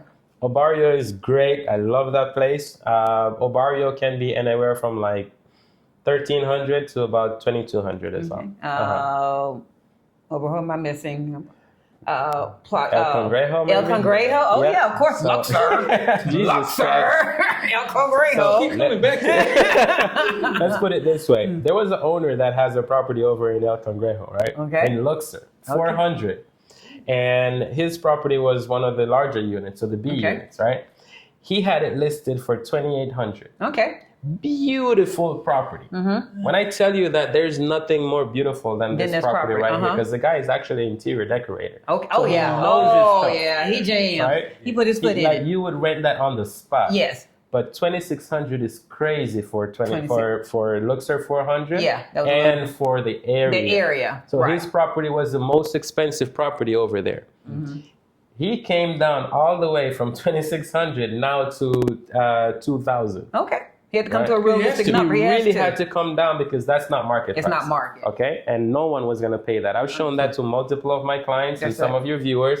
And they're like, I love the place, but I mean, I'm not doing it. That's too much. Okay. But definitely the price range for over there would be anywhere from 1,200, which I've rented in Luxor for 1,200. That's why that crazy lady that wanted 15 for Luxor 200, right? Omar still cuss for us on that one. Man, I was so upset that day when I had to call you. But so anywhere from 1,200 up to 2,200 for that area as well. We're going to move around now. What is considered should be included in an empty condo? When you come to an empty condo and you shouldn't have to put anything, what's from the walls, what else is included? So appliances. Appliances. No, I can't look at you, Omar. See, this is inside information. Come on, Omar. Just answer for everybody else, though. Appliances will be a refrigerator, a stove, venter hood, AC units, Okay. and washer and dryer, also a water heater. Some buildings or some owners would add a dishwasher. Dishwasher is not common in Panama, okay? Most of the places that have a dishwasher because the owner put it there. Okay. But the developer did not build with a dishwasher, okay? So those are little things as well that we have to be mindful of when doing the ask. Like when people tell me, oh, I want an oceanfront property with balcony, with bathtub, with the dishwasher. Dishwasher. I'm like, and for $1,500. Yeah. Yeah. Yeah, not Oh my happening. goodness. Not happening. Nah. No. Oh, that ain't happening. Okay. Yeah. So that's where we have to be an advisor now and tell them, you know, we can definitely get this, this, and this, but maybe not all of them together. I heard that. So we have to compromise on some of them, or just see which one are your like absolute must have, and which ones are deal breaker, which ones, you know, are nice to have, but you know. So, Does it really make a difference right now to find a deal in rainy season or come in dry season, or just about now has that spread changed? I love now? that question, honestly. And the reason being is that a lot of people out here have friends or know people that live in Panama right now. Okay. So if they go to that person that's been here for 6 years, let's say, they will tell them this is the slow season. Okay. Now I want to tell the viewers, what do you call your viewers again? We just come. They the family. They the Butler family, Brigade. The Butler Brigade. I want to tell the Butler Brigade right now. Thanks to these two, this is not a slow market. This is not a He's slow blaming season. the hold up.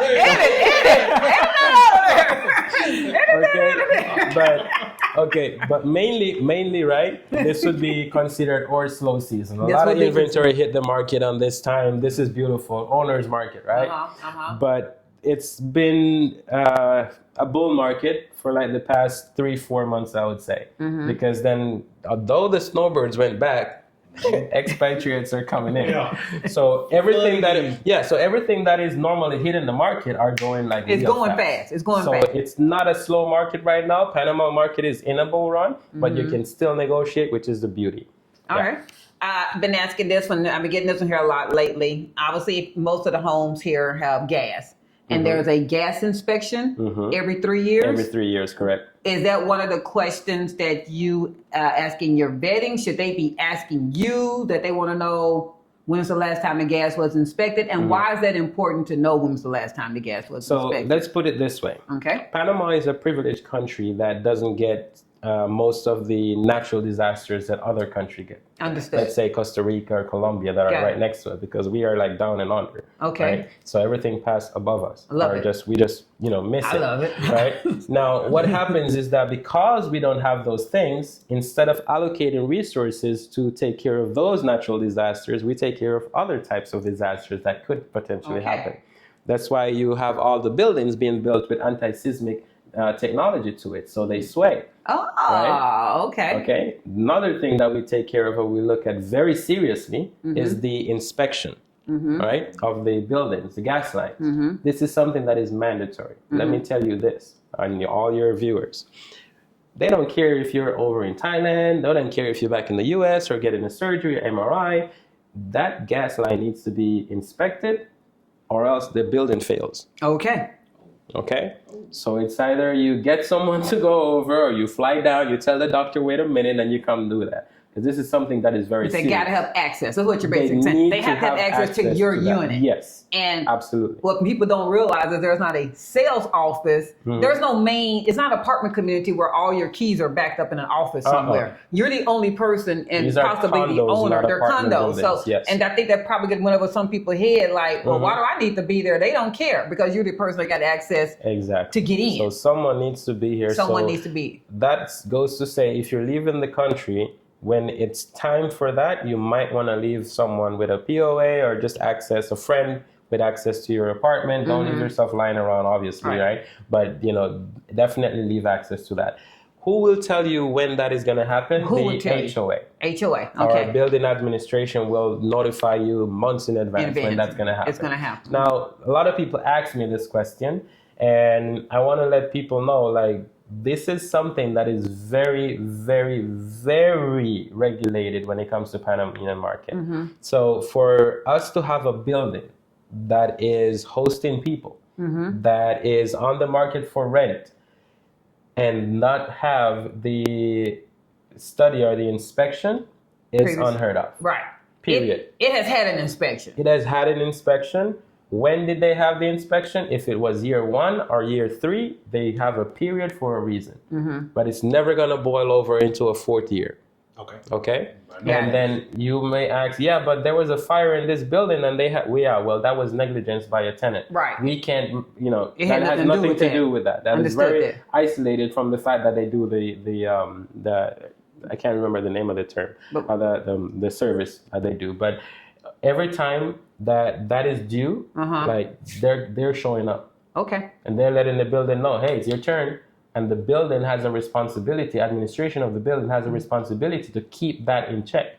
And so if you want to know and have the exact date that happened, either you go to administration, which will have the exact date that this happened, or you talk to the security guard. And they'll tell you who came and they'll tell you how they looked and all that, right? But those are things that we can definitely have. Now, why people ask me? Because I'm their advisor. Right. And that is something that I don't need to know on the top of my head, but that is information that I can get for you if this is something that is important to you to know.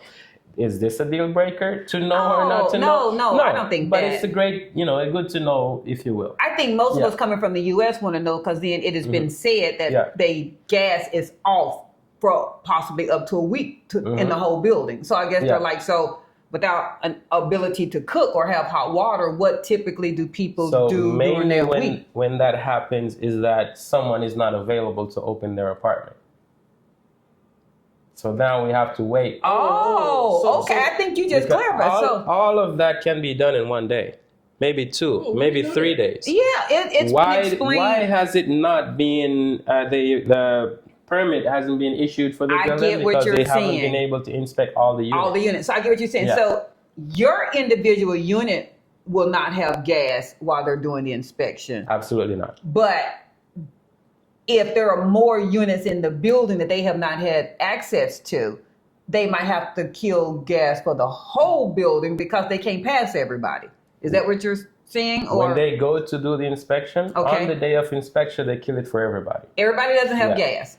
Everybody has been warned. Everybody has been notified that this is going to take place that day. Okay. So everybody needs to be home or someone needs to be there, give access to the inspectors. Now, if some inspector come and then they can't gain access to 15B or 32E, or just whatever, I understand. Then we're going to wait until we get that access, but we can't give you a permit and we haven't checked that unit, because what if that unit did the damage to the entire building? Understood. Now we are liable. And now it's a matter of them coming back out another day, and this is where the time can get delayed. This is where the time gets built up. And not being funny, but larger buildings are great, but larger buildings can also cause a delay. That's true. Yep, 400 units in your building. You would have something, or most of the owners would have a property manager as well, who could help or notify you, hey, Cass, it's coming up. Yeah. Are you going to be there? No, I'm not going to be there. Okay, well, how can I get access to the apartment? Because this needs to happen. Okay, so those are things as well that are in the market. Then we have another one of our last ones on here, which is in the verification of the backup generators. Some buildings have backup generators that are just the common areas. Some don't have them at all. And then some have them that also carry over into your individual unit. Obviously, logically, everybody's going to want one that carries over into their individual unit because power goes out. I mean, come on, people. I don't care where you're at. We lose power in Texas in the summer every other day. So to come thinking you're not going to lose power in Panama, that's just not logical. You're going to lose power at some point. Absolutely. Is it the norm that it's just the common areas? I guess that's the number one. And then is it a perk that it happens to spill over into your individual unit? So I'll say it this way. Okay. Most of the buildings that you will be seeing in between 1,500 and above will have a backup generator that covers common areas and your apartment. Understood. As we move down on the budget, you start to get buildings that have a backup generator only for the common areas and corridors. And then some of the other buildings might not have one, period. At all. So if you're in a building that does not have a backup generator, then I can tell what your rent is approximately. Okay. Or you're in just an older building that never had one ever. Uh-huh. Right. So those are kind of the how you would look at that basically. Though. Okay. But, and then if it was that big of an importance, so you can get one yourself. I mean, at least it could just not for a condo. Maybe for a house. Okay. Not for a condo. For a condo. Yeah. But mainly when it comes to the buildings that do have, your advisor will be able to have that information. Coming back to that well. word, we're like, whatever we want to call it. What do we want to call it? You know. I think that. You know what? That's about. Now I got another one, and I know this answer as well. Do you offer virtual consultations? A lot of people watching this are not in country yet. And do you offer virtual consultations, and how do they do that? But, I'm going to have his contact information at the end because his WhatsApp number and email address and which way is going to be better. Do they always need to be prepared to see you? You're growing your team. Yeah. So about that, I really wanted to touch on that. Thank you. So 2 things. Yes, I do the virtual consultation, but we need to fill the form out first. Yes. I will not talk to you if we don't have a form because you're going to be saying, oh, I want this, I want that. That form is there for that, so I can know beforehand. So when I sit down and talk to you, I can actually provide information to you. I can pull out Google Maps and show you some of the buildings and areas that would work for you as well, if that's something that would be beneficial for you during that time. If not, then, we just go by what the information is and we talk about that as well. But I want to have the form filled out first. And what's like when you go to see the doctor, yes, you talk to a nurse, and they check all the information. When did the headache start? So whatever, you have all of that. So you present that to the doctor. He's reading it. So by the time you sit down there, it says here that you have this and this and this. It's already known. It's already known. So that's mainly why I do it that way. I feel it's more efficient. Because sometimes I can sit down there and talk to you for an hour, which we could do that in 20 minutes. Right? Because then the time now is getting more scarce for me. So I need to expedite some of these meetings or requests. So fill the form out first, and then we'll have a verbal conversation about it. And I can be more effective to you. You can get every information that you're looking for as well in a quicker time frame. And what's a reasonable expectation to pay you for your services after the consultation? Or is it expected before the consultation? I don't want to assume. Yeah, no. So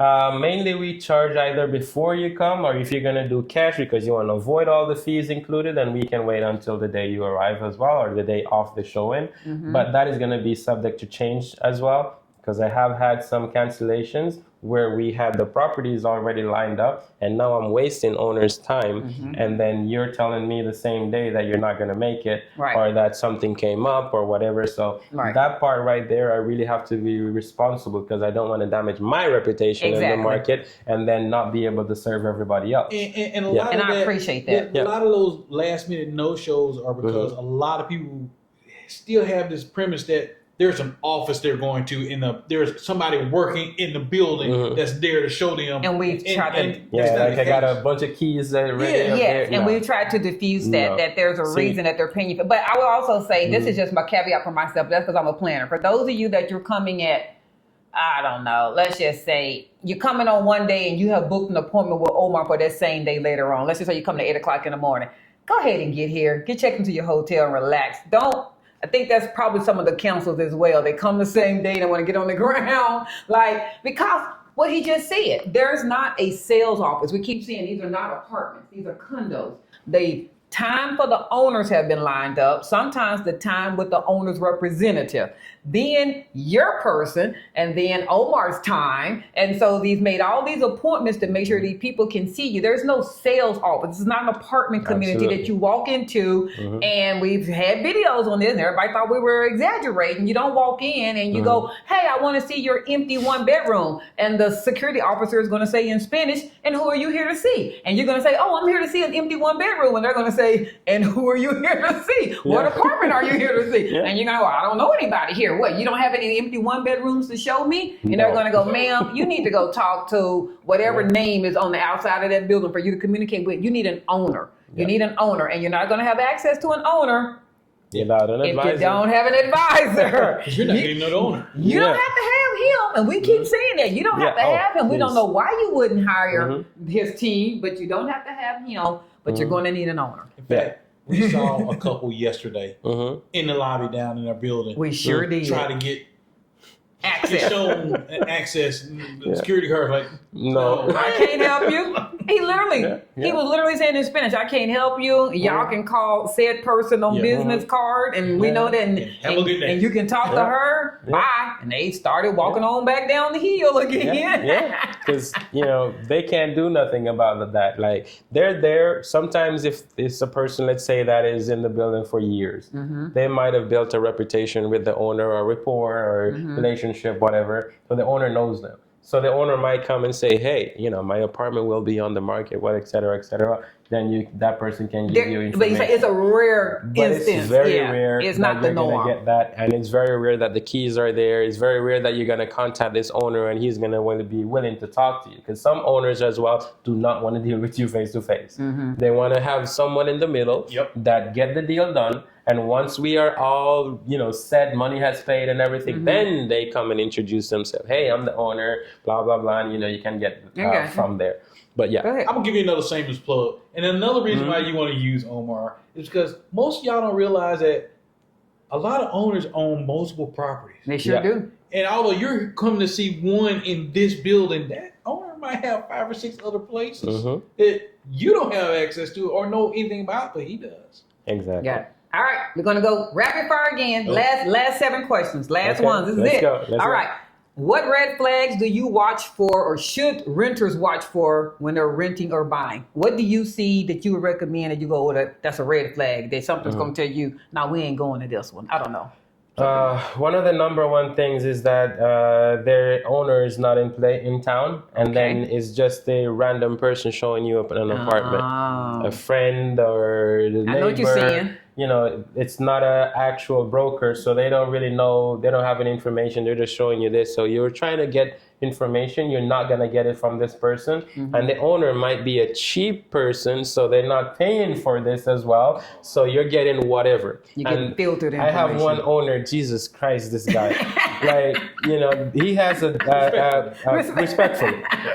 But he has a dining table in the apartment. Okay. It's broken, and I'm trying to get this guy to take it out of the apartment. Just give it away, man, guy. He wants $200 for the table, and he refuses to get it out of the place. It's broken. He refuses to get it out, and he refuses to give it away. And every time you come in there, everybody's going, what are you going to do about this broken table? I already know what they're saying. I can't rent the place because everybody's looking. Is the owner going to change it? We can send an offer. That means no. Right. Okay. So those are some of the things as well. The owner is not here. No one's taking care of the property. If the owner not being here doesn't mean that, that's a red flag per se, but it's who is in charge of what's going to happen, afterwards. No, so if the owner is that. not here, no property manager is involved, like you don't want to stay away from that because that's going to be a headache for you. Another thing, the owner wants to rent the property and they're paying mortgage on the property as well. Okay. And they can't negotiate. That would mean that the owner does not have money for repair. Oh. So then if the AC goes out, you're going to literally have to pay for that yourself. You're going to have to pay first and take it out of the rent. Yeah. And they might not want you to pay for it and take it out of the rent because they need the money. To pay the mortgage. They need the mortgage. Yes. Right? No. So a good question to ask me or your advisor, is there a mortgage on the property? Is there a mortgage or is it flat right on? Because then sometimes we have that information and we can tell you if there's a mortgage and the owner, is in a pickle. I personally will tell you that, and I might not even take you to that property in the first place. Because again, I want to come over for cookies and cream. So, so I'm not going to try to look for something that is not going to, allow me to do that as well. But yeah, that's for that. It kind of goes with that one. Common mistakes. You don't have to go through all of them, but let's go with one common mistake. Let's do that. That expats make when house hunting here.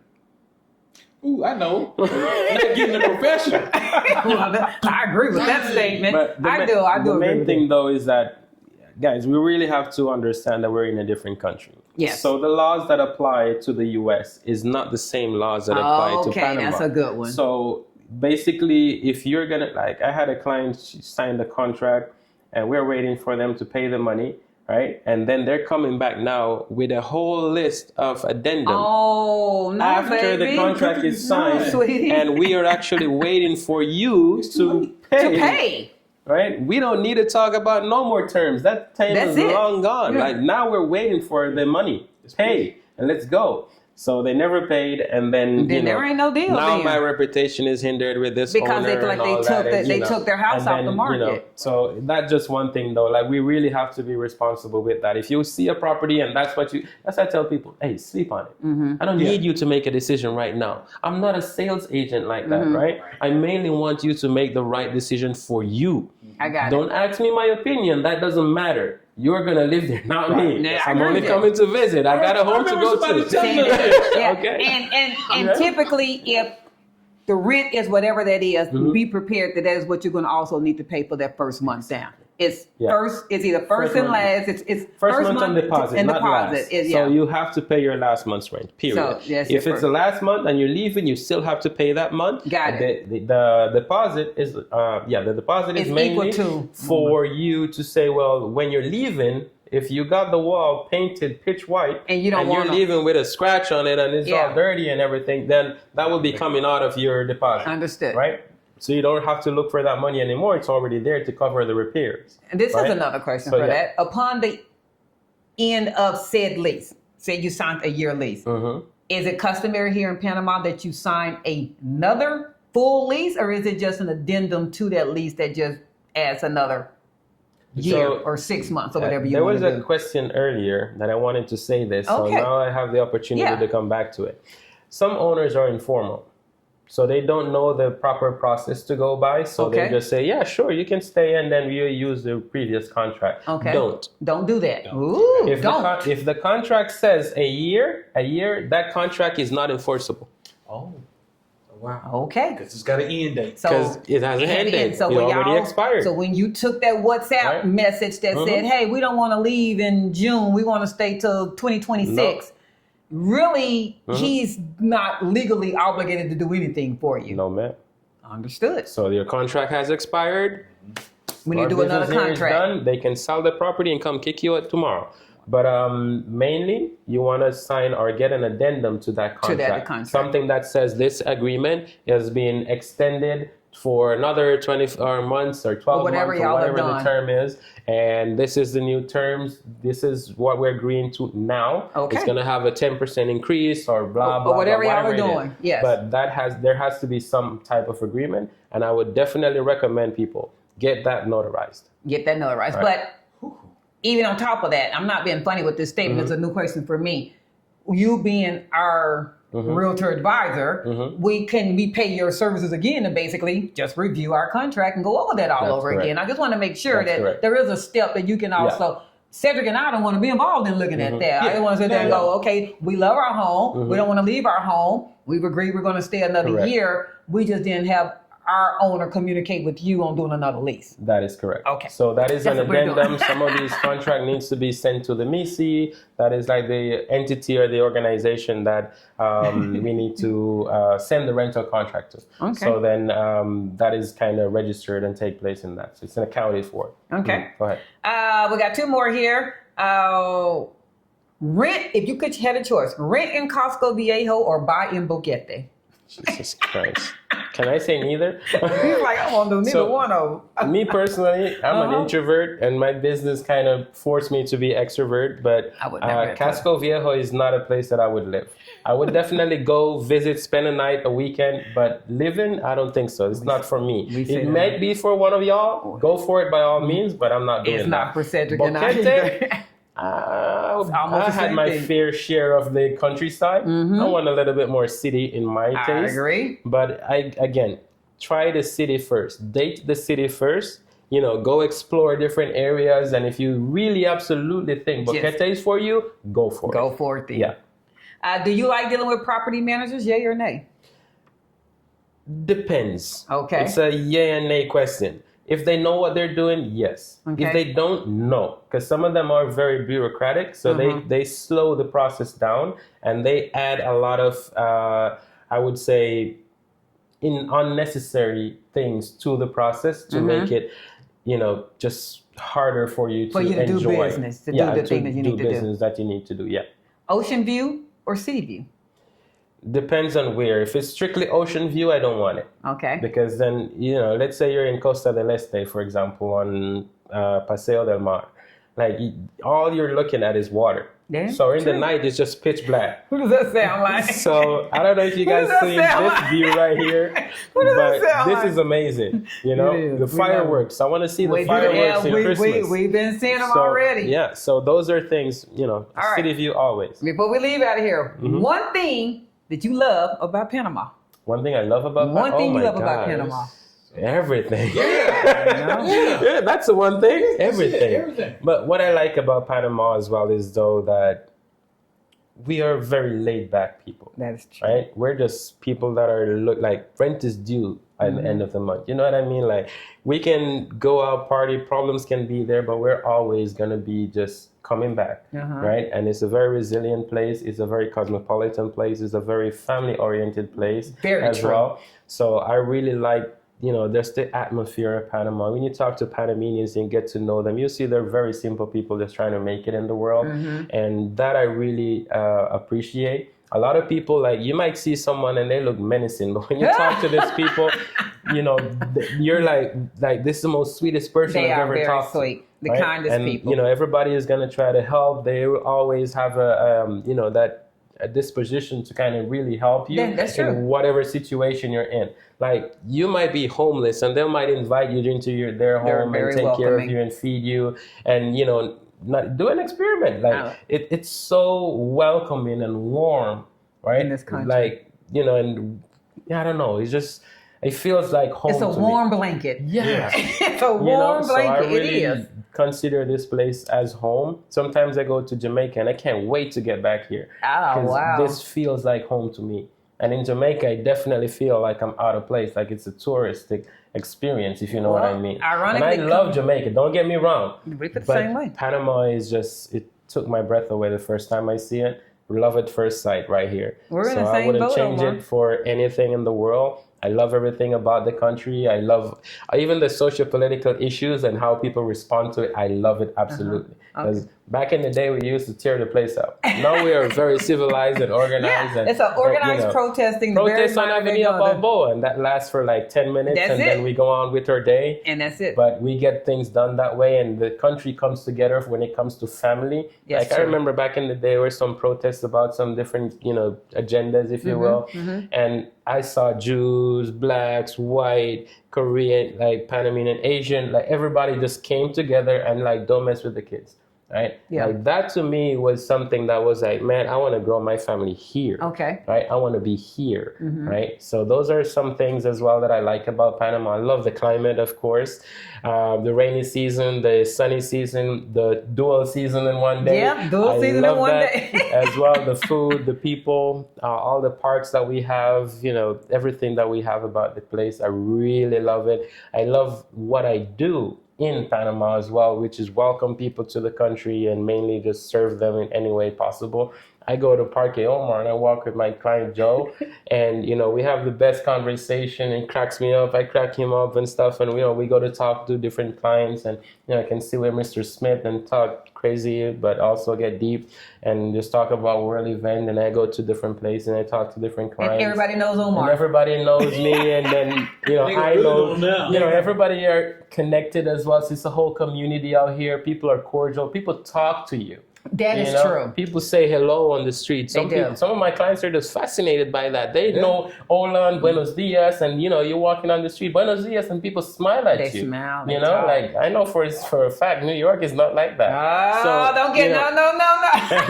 I'm just saying though, but you know, you know. It But is. no, you're right. It's But, that southern you know, hospitality that even yeah. extends way You down know, in so Panama. that right there is just a great experience for people. I love helping people in any way possible, and I think that's kind of one of my handicap is that I really care. You care. And sometimes I care too much. That gets me in trouble sometimes.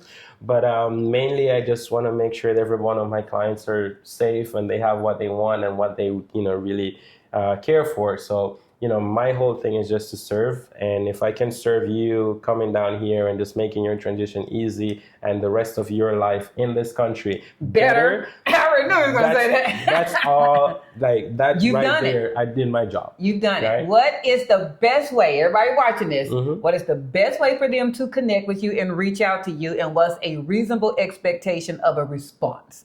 So if you reach out to me personally, you're probably going to have to wait at least 24 hours. Okay. But if you reach out to the information that will be at the foot of this video, Yes, it will. hopefully, will. you will probably get a response within like 8 hours of sending your information or your request. Do you prefer email first? Is that what's going to be? It's going to be email, or is it a form? Is it a link? Tell me what you I'd prefer rather people WhatsApp. do. WhatsApp? If you're going to do WhatsApp, I'd rather WhatsApp. When you send the WhatsApp, I can, like at the end of the day, I got to go through that, right? So I'll definitely get to see your message and respond to it if it's in WhatsApp. If you see me not responding, maybe it's the weekend and I'm with my kids, so don't bother. Exactly. So yeah, y'all, Monday through Friday. Monday through Friday. We operate Monday through Friday. I might help you on the Saturdays as well, because Monday it's still a through working Friday. day. But Sundays, forget it. Don't even call on Sundays. Yeah. Some clients call at 9 p.m. on Sundays. I'm like, I'm watching movies with my kids. Monday I'm through sorry. Friday, business hours. But This is a business definitely man. business hours. You can expect, a quick response. I have, thanks to these two, I'm building a team now of people. You might have seen Veronica. I want to just take a moment to really shout out Veronica. Yeah, go ahead. We're winding up. All You're of these good. people that I've served in the past 3 months, I wouldn't be able to do it without Veronica's help. Honestly. Love it. Veronica, Maritza, Edgar, who's new to the team, Adrian, who people seen and love as well, young kid, very professional. I couldn't do this without you guys. That's so, his team. I love you all. Thank you for all you do. Veronica, for all, I wake up in the morning. I have a whole schedule fixed. Oh, okay. I mean, I Shout know out where to to go. Veronica. Listen, like, Shout without out to this person, Veronica. I wouldn't be able to be where I'm at right now or at the level, because she brings so much structure to everything that I'm Love doing that. and kind of, just take care of certain things. And we went to business class together, so I don't really need to train her. She just knows. She just knows you. And then I'm just like, yes. Like sometimes people ask questions in the group and she responds exactly what I was typing. You're like, so I'm yeah, that's what okay. You got Let this. her stay in her. So So she got it. my whole job right now is to just stay out of their way and give them all the The tools team and is the growing, resource everybody. and make sure that they can do that. Sometimes when we go see properties, you might not see my face. You There might you see go. Edgar. So don't freak out, okay? Let's say we had in the past 3 months now, Yes. we might have serviced over 150 people. Wow. Imagine serving. I had 74 clients in 1 month. 74. It's impossible that he's going to be doing 2 per day. He's not going to be still able to do it, behind you guys. track. Okay, so just bear in mind that I love and that. I'm like, Y'all, we coming. I gotta give them their flowers Oh, because we coming. I'm telling you, my business since the revelation of all we did has been like, you normally have a growth pattern. Okay. Mine has been like this, and Love it's it. still skyrocketing thanks to these two. So I really want to give them their props. But it's not just me though. It's Emerson. It's Christina. It's Marco Jimenez, who you may know, his chef, the chef, right? The driver. Everybody The driver? asks, is this Umberto? Is this Umberto? Is this Umberto? I'm You're like, like, no, it's not no. Umberto. Is it somebody? Oh, okay, we heard about Umberto. But, those are only people that I can talk about. But I know for a fact that they have blessed a lot of people here in that's so Panama. sweet. And, I really want to make sure that you guys understand everybody's schedule has changed thanks to these two. Well, but no, we So, thank to the yeah. Butler Brigaders. And you know what? Thank y'all for even tuning in and listening to this. We're going to wrap this up because I think we done killed the battery almost. The man is over there looking. 1%. He's like, come on, hold on. So, Omar, we so appreciate you. We've been saying we were going to do this for like the last 8 months. We said we're going to do it. We're going to do it. It's one of our most requested videos. We still didn't get to everything, but we got to a lot. Yeah. So we done killed the battery. I'm going to have all of his contact information in the video so y'all don't have to be asking the same question. It's going to be there. Absolutely. So here we go. You ready, sir? Hell yeah. Until next time, like, share, follow, comment. Subscribe. And with that, we're out. Peace, everybody. Peace. That's Omar. Let's go.